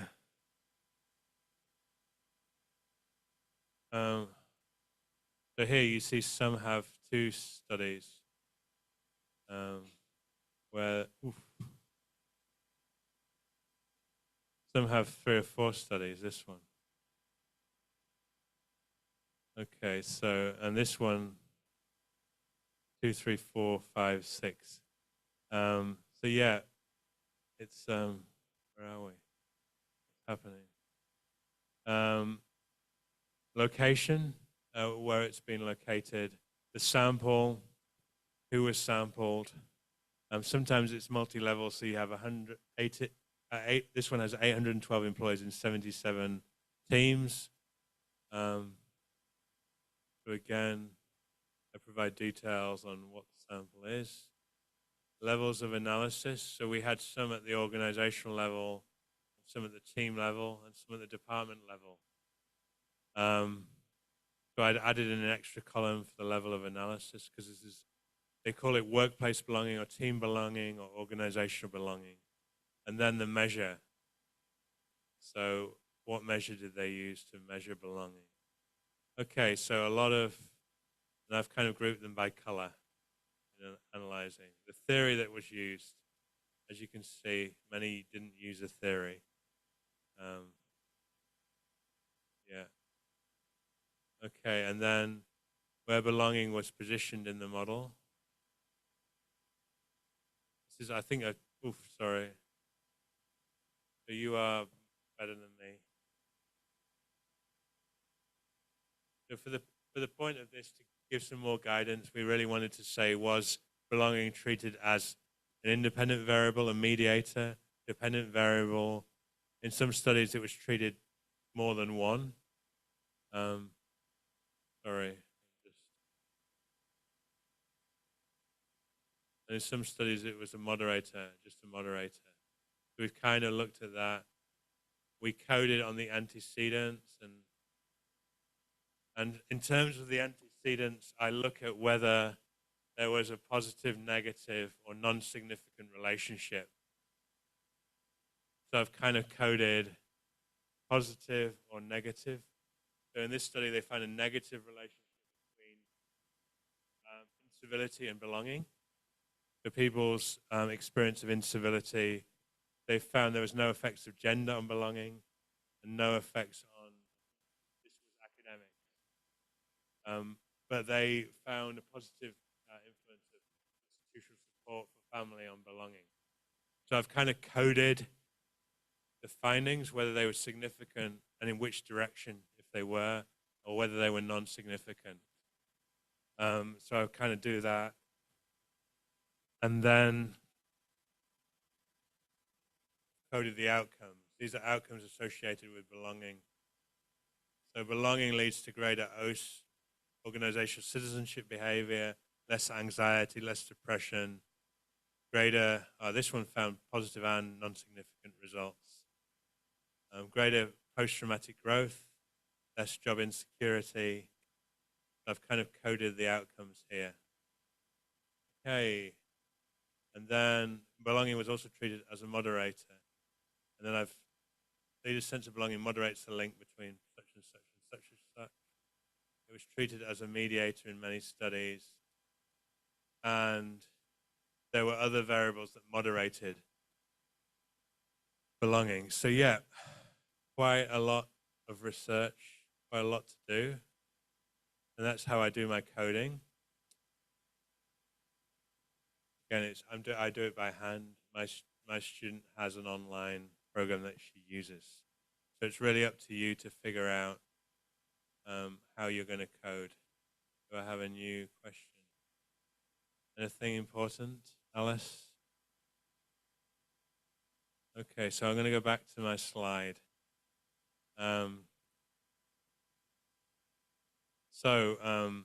That's kind of how I code studies. I will always have a section after the methodology on how the construct has been defined and conceptualized. So for example, in the belonging study I've just presently been doing, there's several different research groups that have developed their own conceptualization of belonging. One call it workplace belonging, another group call it organizational belonging. There's another group that have a term called social belonging. And then they've developed scales to measure these different types of belonging, but there's quite a lot of overlap as well between these definitions. I think workplace belonging and organizational belonging is typically measured in the same way. So is there a distinction between organizational belonging and workplace belonging? Not really, but I guess it's just the name organizational workplace. There's also studies that call it belonging at work, or work belonging, workplace belongingness, or organizational belonging, or organizational belongingness. So there's the belonging and there's the belongingness. Anyway, it's very confusing. There's also the need to belong literature.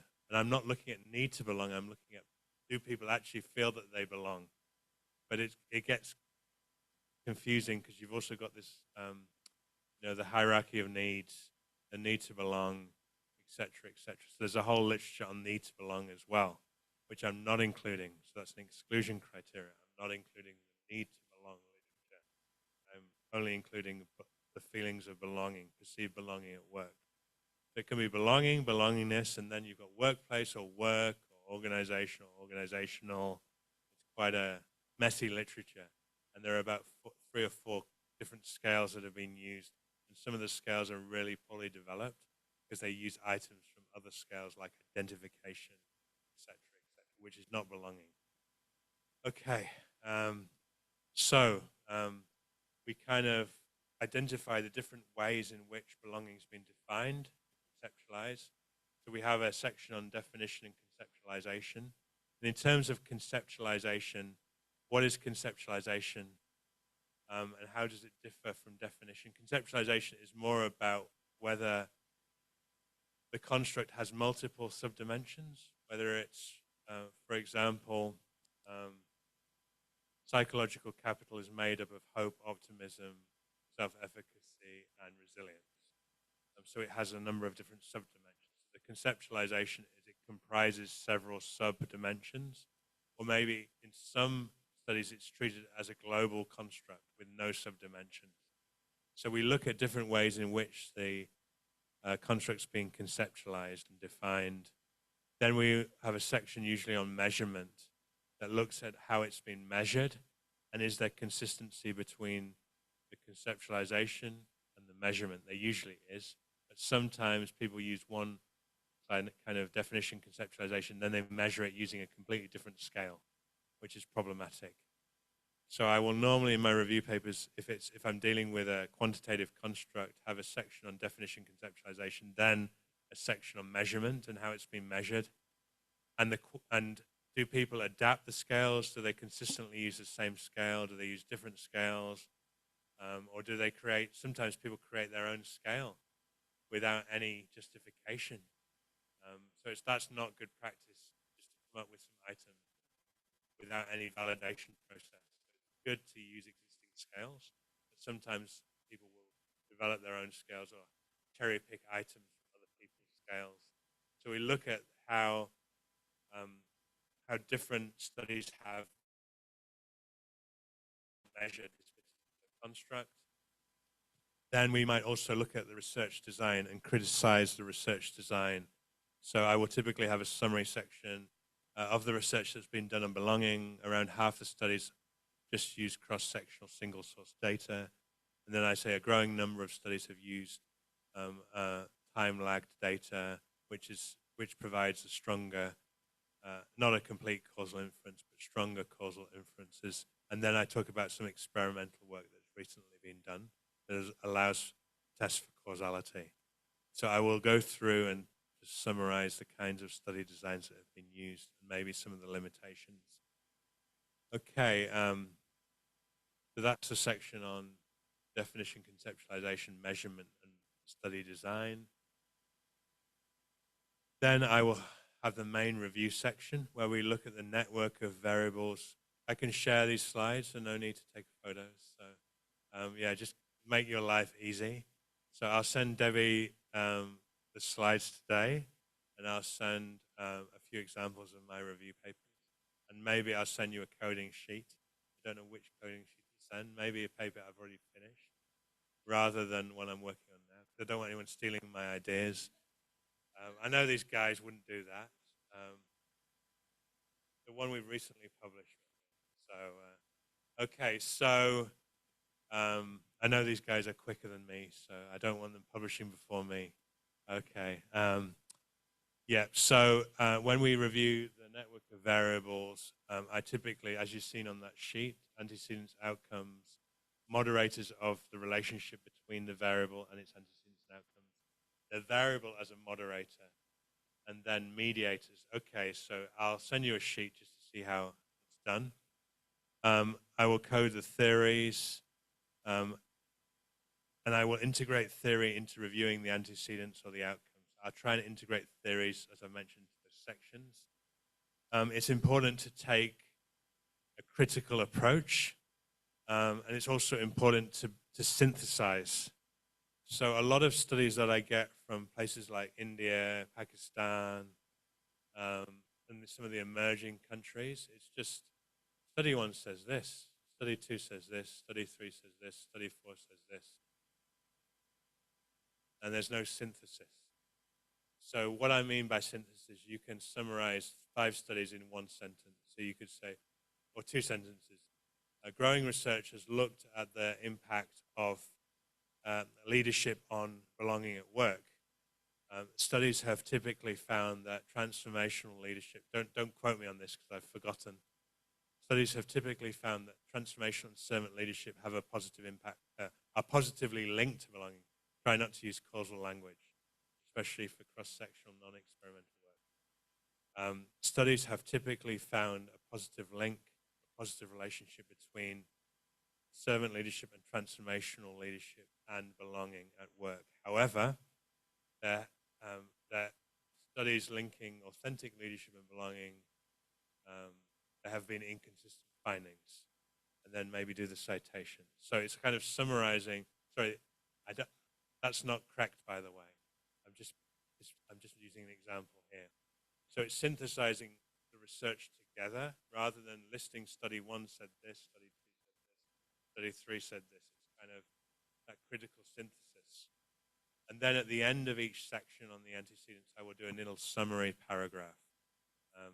Overall, the literature suggests that leadership has a positive, certain leadership styles have a positively linked to belonging. However, such and such and such and such. So I try and summarize what we know, and then I try to write the gaps in what we know at the end of each paragraph.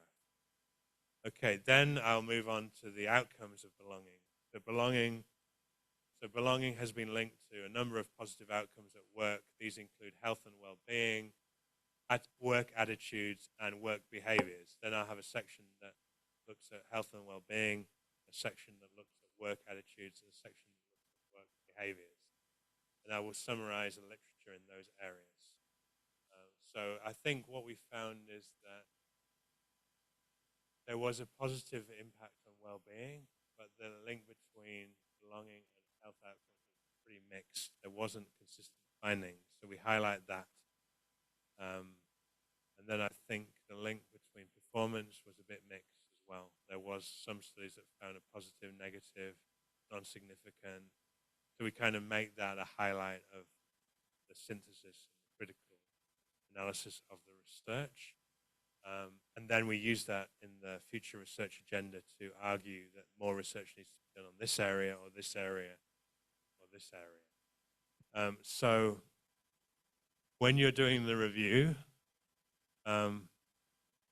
you can highlight inconsistent findings and reasons, maybe sort of flag why this might be the case, and what are the gaps in our knowledge. Summarize what has been done and what hasn't been done. So you could say the majority of researchers looked at A but neglected B. It's important to look at B because of this, and this. So try to be that critical and say what we don't know, what we've missed, what are some of the inconsistent findings, and then that leads on to what we need to do in the future research agenda. So important things: summarize, don't list, don't be over descriptive. I have done that in the past, and then reviewers have said you need to be more critical. Critical synthesis. You know, what are you suggesting? And I've also been careful in the past not to over criticize, because the reviewers might be the people whose work I'm criticizing. So it's a fine balance. You don't want to be nasty, but you want to say, how negative can you be without annoying some reviewer who might be the person whose work this is? So you've got to be kind of careful not to be too nasty. And then we had one paper that we published, and there were two reviewers, and there were two groups of researchers who hated each other. So this was on psychological ownership, and these guys had one conceptualization, these guys had another conceptualization, and they didn't agree. And we got one reviewer from each camp. So this reviewer is saying, criticize these guys, and this reviewer is saying, criticize these guys. We were trying to be nice. We said they both have their good points, and they can be both used for different reasons, these conceptualizations. So it was trying to be nice to both reviewers without annoying them. That was a hard paper, but we got it published.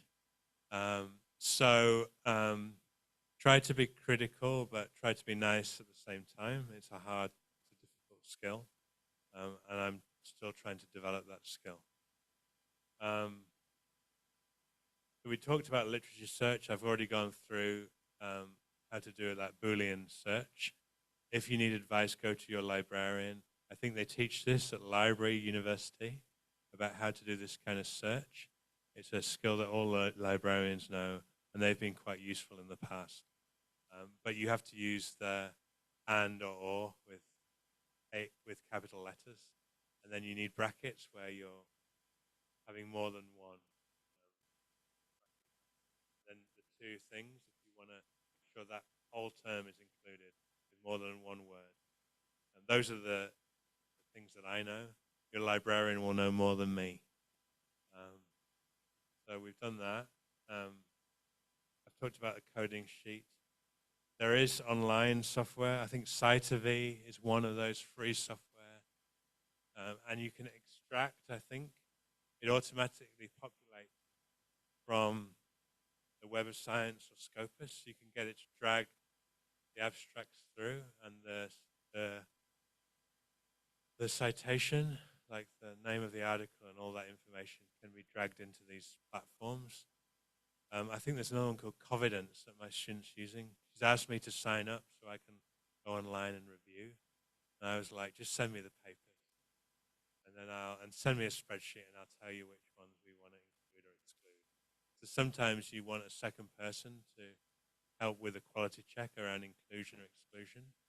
I know you've not got time to do 10 of these, but I think my student, the one she wasn't sure about, she sent to me and said, should we include or should we exclude? So myself and the other supervisor, we looked through, because sometimes it can be quite hard figuring out, should I include or exclude? So you can do that in the team to show that the way you've done the search includes more than one person's judgment.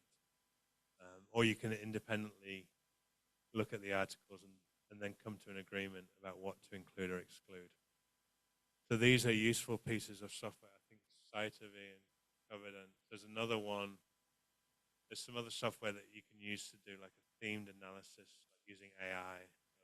There's a lot of these tools now online that you can use. I'm old school. Maybe I'm not efficient, but I think I'm pretty good at what I do. I've built it up over time. You can import the whole paper. Well, sorry, you can import the whole paper into these things. I think I need to be mic'd up here because I don't feel like comfortable holding it so close to me. Okay, sorry guys online, I apologize again. So this is this software. Have a look to see if that's useful. I also wanted to talk about other types of reviews. So meta-analytic reviews, they focus on a narrower research question, looking at the relationship between variables. So maybe it's just one variable, like, for example, I could have done a meta-analysis on the link between entrepreneurial self-efficacy and entrepreneurial behavior. Maybe there's several outcomes of entrepreneurial behavior, several variables that I look at. So maybe I'm looking at the relationship between entrepreneurial self-efficacy and 3 outcomes and the strength of those relationships. So meta-analysis is a quantitative analysis tool that looks at certain relationships and the strength of correlations between those 2 variables. So in a meta-analysis, you need to define the exact relationships you're looking at. I'm presently doing a meta-analysis. It's more of a strategy research that's looking at different measures of adaptation. So we're looking at flexibility, adaptability. I'm trying to think of the other constructs now that are related, and related constructs and their impact on innovation in companies. So we're doing, I think there's 4 or 5 different constructs that we're looking at and their relative link between those constructs and different measures of innovation. So we've got different measures of innovation and different measures of adaptability. So adaptability, flexibility. I keep forgetting the other dimensions of adaptability that we're looking at. So it's looking at that narrower set of research questions and the link, the quantitative link between variables. And also sometimes it looks at mediation and moderation as well. So most often in meta-analysis, they look at cultural variables as moderators or personality variables as moderators. Again, you search for literature, choose the database journals to be included, and you code studies both for the correlation between variables and also the effect sizes. And you draw on meta-analytical techniques. So I'm not an expert at doing this methodology, so I'm not going to get into any detail today. But often meta-analysis is used when there's a larger number of studies that you want to look at.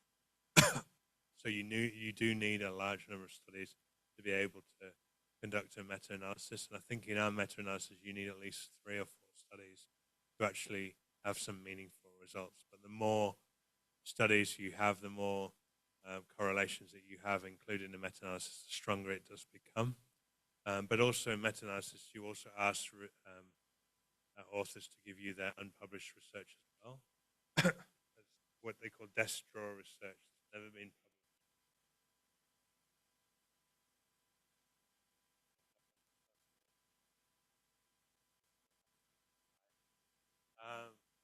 The other type of review I wanted to talk about was a bibliometric review, and obviously you do this. People have done bibliometric reviews. Who's done a bibliometric review?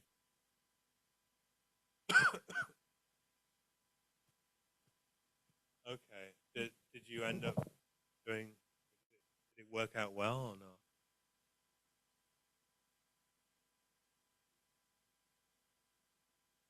The student, last year PhD student, we give them opportunity whether to do bibliometric reviews or as a systematic literature review or meta-analysis. Most of them doing systematic literature review, but are not still trying to identify their biggest challenge is to critically analyze the study that they have and compiled and suggest and able to identify future research direction, research So I think with bibliometric reviews, it's often difficult to really integrate theory into them. And I think there's only one of the sort of 4 techniques that really is theory-based. But it's often difficult to identify theory from doing a bibliometric review. So often you get criticized. It's very descriptive. Like you just done a descriptive analysis of the literature. There's not integration of theory. We don't need to know how many people have published, what they've published, what are the top 10 articles. What we need to know is what is the future research agenda based on this? What is the theory that's driving these different areas? So often you find out that those bibliometric reviews aren't the contribution they make is quite low because they're not really talking a lot about theory and what we need to do. And they're not critical of the methodology, etc. So I thought about bibliometric reviews, but I haven't done as many because I think they're quite hard to publish because they're quite descriptive in nature. So bibliometric reviews are used to map the key research topic, theme clusters, and the scholarly works within those clusters. There are a number of different techniques. The first is co-citation analysis, and this looks at which secondary documents are co-cited by documents in the sample. So this is probably the most theoretically relevant because they look at the roots. What are those seminal articles? Oh, you shouldn't use the word seminal, I've been told not to use it. What are those key articles that are the basis of the field? And it kind of groups, so bibliometric analysis groups into key underlying groups of articles that have been cited by articles more recently.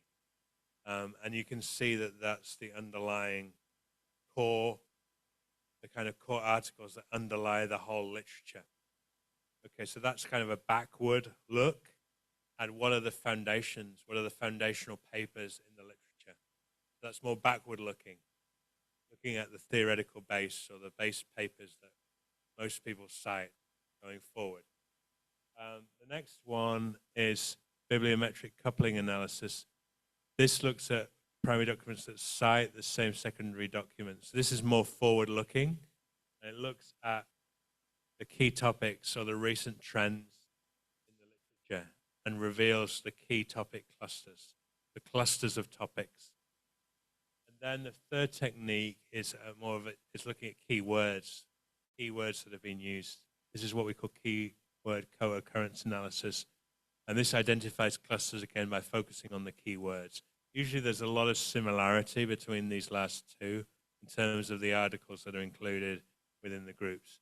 I just wanted to show you the one that we got published in. This was in Leadership Quarterly. So it was an article on crisis leadership. So at the beginning of COVID, I was sitting at home, we were locked up, and I said, what kind of article should I write about this? So I was like, crisis. Let's do a paper about crisis leadership. So I downloaded everything that had been done. I gave these articles to my colleague who knew how to do bibliometric analysis. She came up with this analysis, and then we kind of had to think through what we were going to label each group of articles.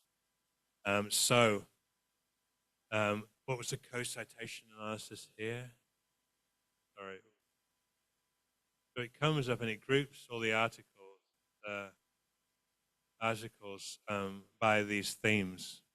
So we had to go and look at the articles and figure out what they're actually talking about. So a lot of it's like your own interpretation of these groups of articles, but it came up with 4 key clusters. But sometimes you can actually name the clusters. Sometimes it's impossible to. So we looked at all the types of papers, like the top 10 papers in those clusters, and then we kind of tried to describe what they were about. And luckily, we actually managed to find some distinct ideas. We were able to distinguish. So this group were focusing on psychological leadership theories, mostly around transformational leadership. These are like most of the studies on transformational leadership. These were more at strategic management. They were sort of looking more at the firm level. These studies were looking more at gender and women, the role of women versus men in crisis situations, that women doing a better job than men or vice versa. They were looking at gender perspectives on crisis leadership. And these were more looking at cognitive processing so these were this is the first analysis which looks at the roots of the field. What are the key papers that are cited by more recent papers? And we came and we were able to label these based on what the theoretical perspectives were looking at.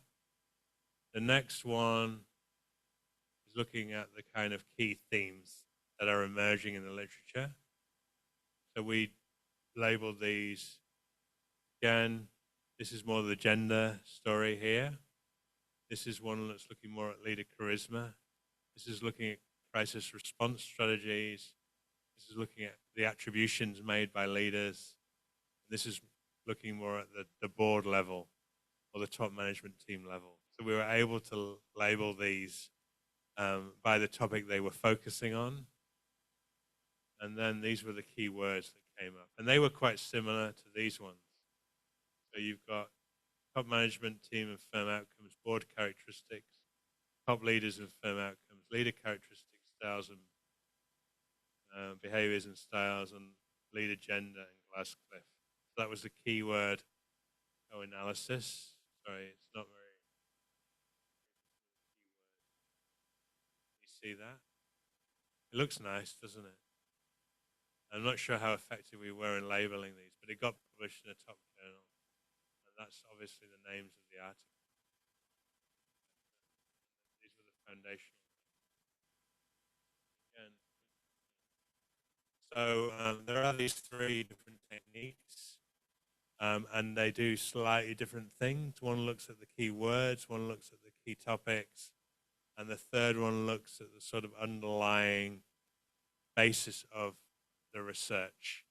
And this is the first one. It's more theoretical, I believe, looking at that, like the theoretical perspectives that underlie the research. But we were lucky, I think, with this, that they came out very cleanly and we could actually describe what they were doing. Sometimes it's not as easy to sort of describe these key themes, and to come and, so a lot of work you need to do is like looking at the papers and say, how are these groups different from this group? But I like this paper, so I'll send this one in terms of the reading, because I think it's quite useful. Where are we? Any questions about bibliometric techniques?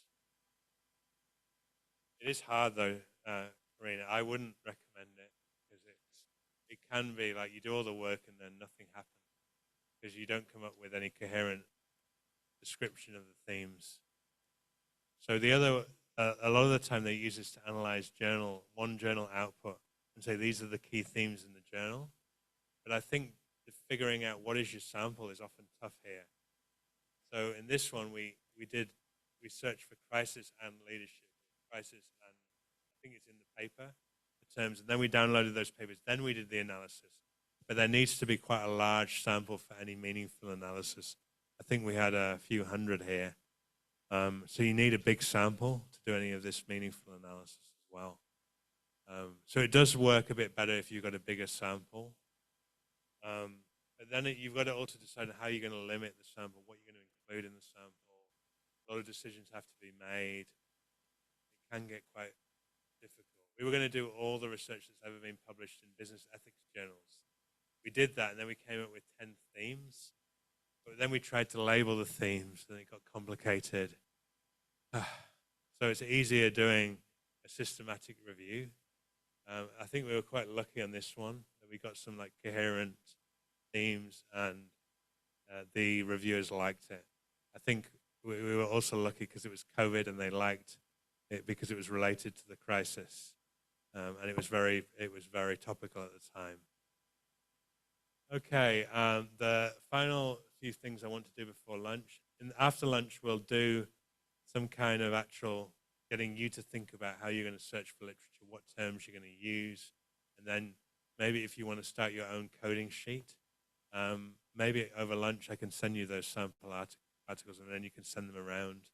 So in the afternoon, you can either read some of my articles, you can come up with your own search terms, you can also start coding if you've already got, I can sort of run through coding with you.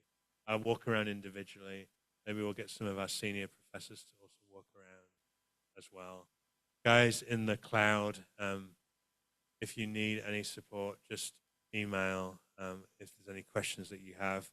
You might also do your own coding thing, but I've also got some questions for discussion. So I'll probably start at 1 o'clock. We'll start. I've got 3 or 4 questions, and then we'll go around the room, and I'll go into Zoom and ask people to talk about what their topic is. But before I do that, I'll just go to some examples of good reviews that I've seen. This is a review that we did on work-life balance, and it's a standard framework that we've got around the different constructs, the antecedents and the outcomes, and these are moderators here. So we've come up and we've structured the review based on what we already know about the literature. So that's what the typical kind of framework that I use in my review. This one is more of a process-based review. I do like the way that they've done this. This is looking at personality change. So there's a recent literature that shows that people's personalities change over time due to their experiences in the workplace. So do you believe personalities are stable or not? Relatively, okay. So I used to be an introvert, but now I'm an extrovert. And that's because I met Debbie one day at a conference, and she talked to me a lot, and now I'm more confident in myself. No. I've changed over time as a result of my experiences at work. And this paper is very interesting because it looks at what leads to personality change, and then also looks at the outcomes of personality change. So the antecedents of change: self-development, organizational. Can you make this bigger, please? I'm so sorry. Organizational events and processes, self-development, and external events and processes. For example, losing a job, or getting married, having kids, going through a crisis, having a near-death experience. All these things lead us to change who we are. So they look at work-related events, external events, and self-development experiences, how that leads to changes in traits, our needs, and then how that impacts outcomes like identity change or reputation change. So they've got this process model where they've reviewed the literature based on this process. So they've narrowly defined what they're looking at. I do like that process model of review. The next one, sorry. This is a multi-level review. Oh, quite difficult to see. This is looking at psychological contracts at work. I don't know if you've read any of the literature on psychological contracts. It's this unwritten contract that I have with the organization. I believe my organization is going to treat me well, look after me. It's not written down in my contract, but it's what I expect. It's my expectations from the relationship with my employer. So they look at the individual factors that influence psychological contracts, and they look at the outcomes, policies, and procedures. They look at the organizational level, factors that influence psych contracts, and then they look at the societal level. It's labor law, government policy, et cetera, and then the outcomes. So they've done a multi-level framework to analyze literature. That's very complicated, but it's kind of quite interesting how they've done it. A brief thing is in my area of management, there's quite a large number of journals that publish review articles. I've kind of summarized. I'm not going to go into more detail because, again, many of you are from other different areas. But go and have a look at your own journals and see which publish review articles. So after lunch, I want you to think about these three questions. What ideas do you have for review papers? Have you already started on a review? How is it going? I'm going to go around the room and get everybody to share. I'll pick on you if you don't put your hand up, so don't forget, get prepared for that. And what are you focusing on? What are the key themes or constructs that you're reviewing? So I know you talked about perceived legitimacy. And are there similar reviews on the topic? And I'd also like to see what stage are you in with the review? Have you already searched for literature? How many studies have you identified? What troubles are you facing with the review? And then I will get you to do some things like create your search terms, refine those search terms.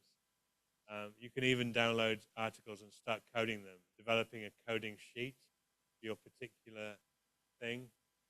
And probably the first thing I'd like to do is discuss how feasible your review is. Is this a review that's already been done? If it is, how can you distinguish the review? How can you make the review different from other reviews that have already been done? So getting you to think about your topic Is it worthy of review? How might I change to make it more publishable, etc.? So I'd like everybody to share their ideas. Everyone on Zoom, you're free to also participate. So I might start with 2 or 3 people in the Zoom room, share their ideas before coming to people here. So let's get back at 1 o'clock. So enjoy your lunch time, everyone. And I'm hoping to see some of you back. You don't need to stay on if you don't think it's going to be useful, but it would be nice to see some of you. But also be prepared to answer these sort of 3 questions. I'm going to go back to the previous slide. These questions, and then I'm going to go and get you to do some of the steps and also seek my advice. We'll have a classroom discussion for about half an hour, and then I'll get people to work on their own, and I'll go around and help people if that's going to be productive today. Thank you.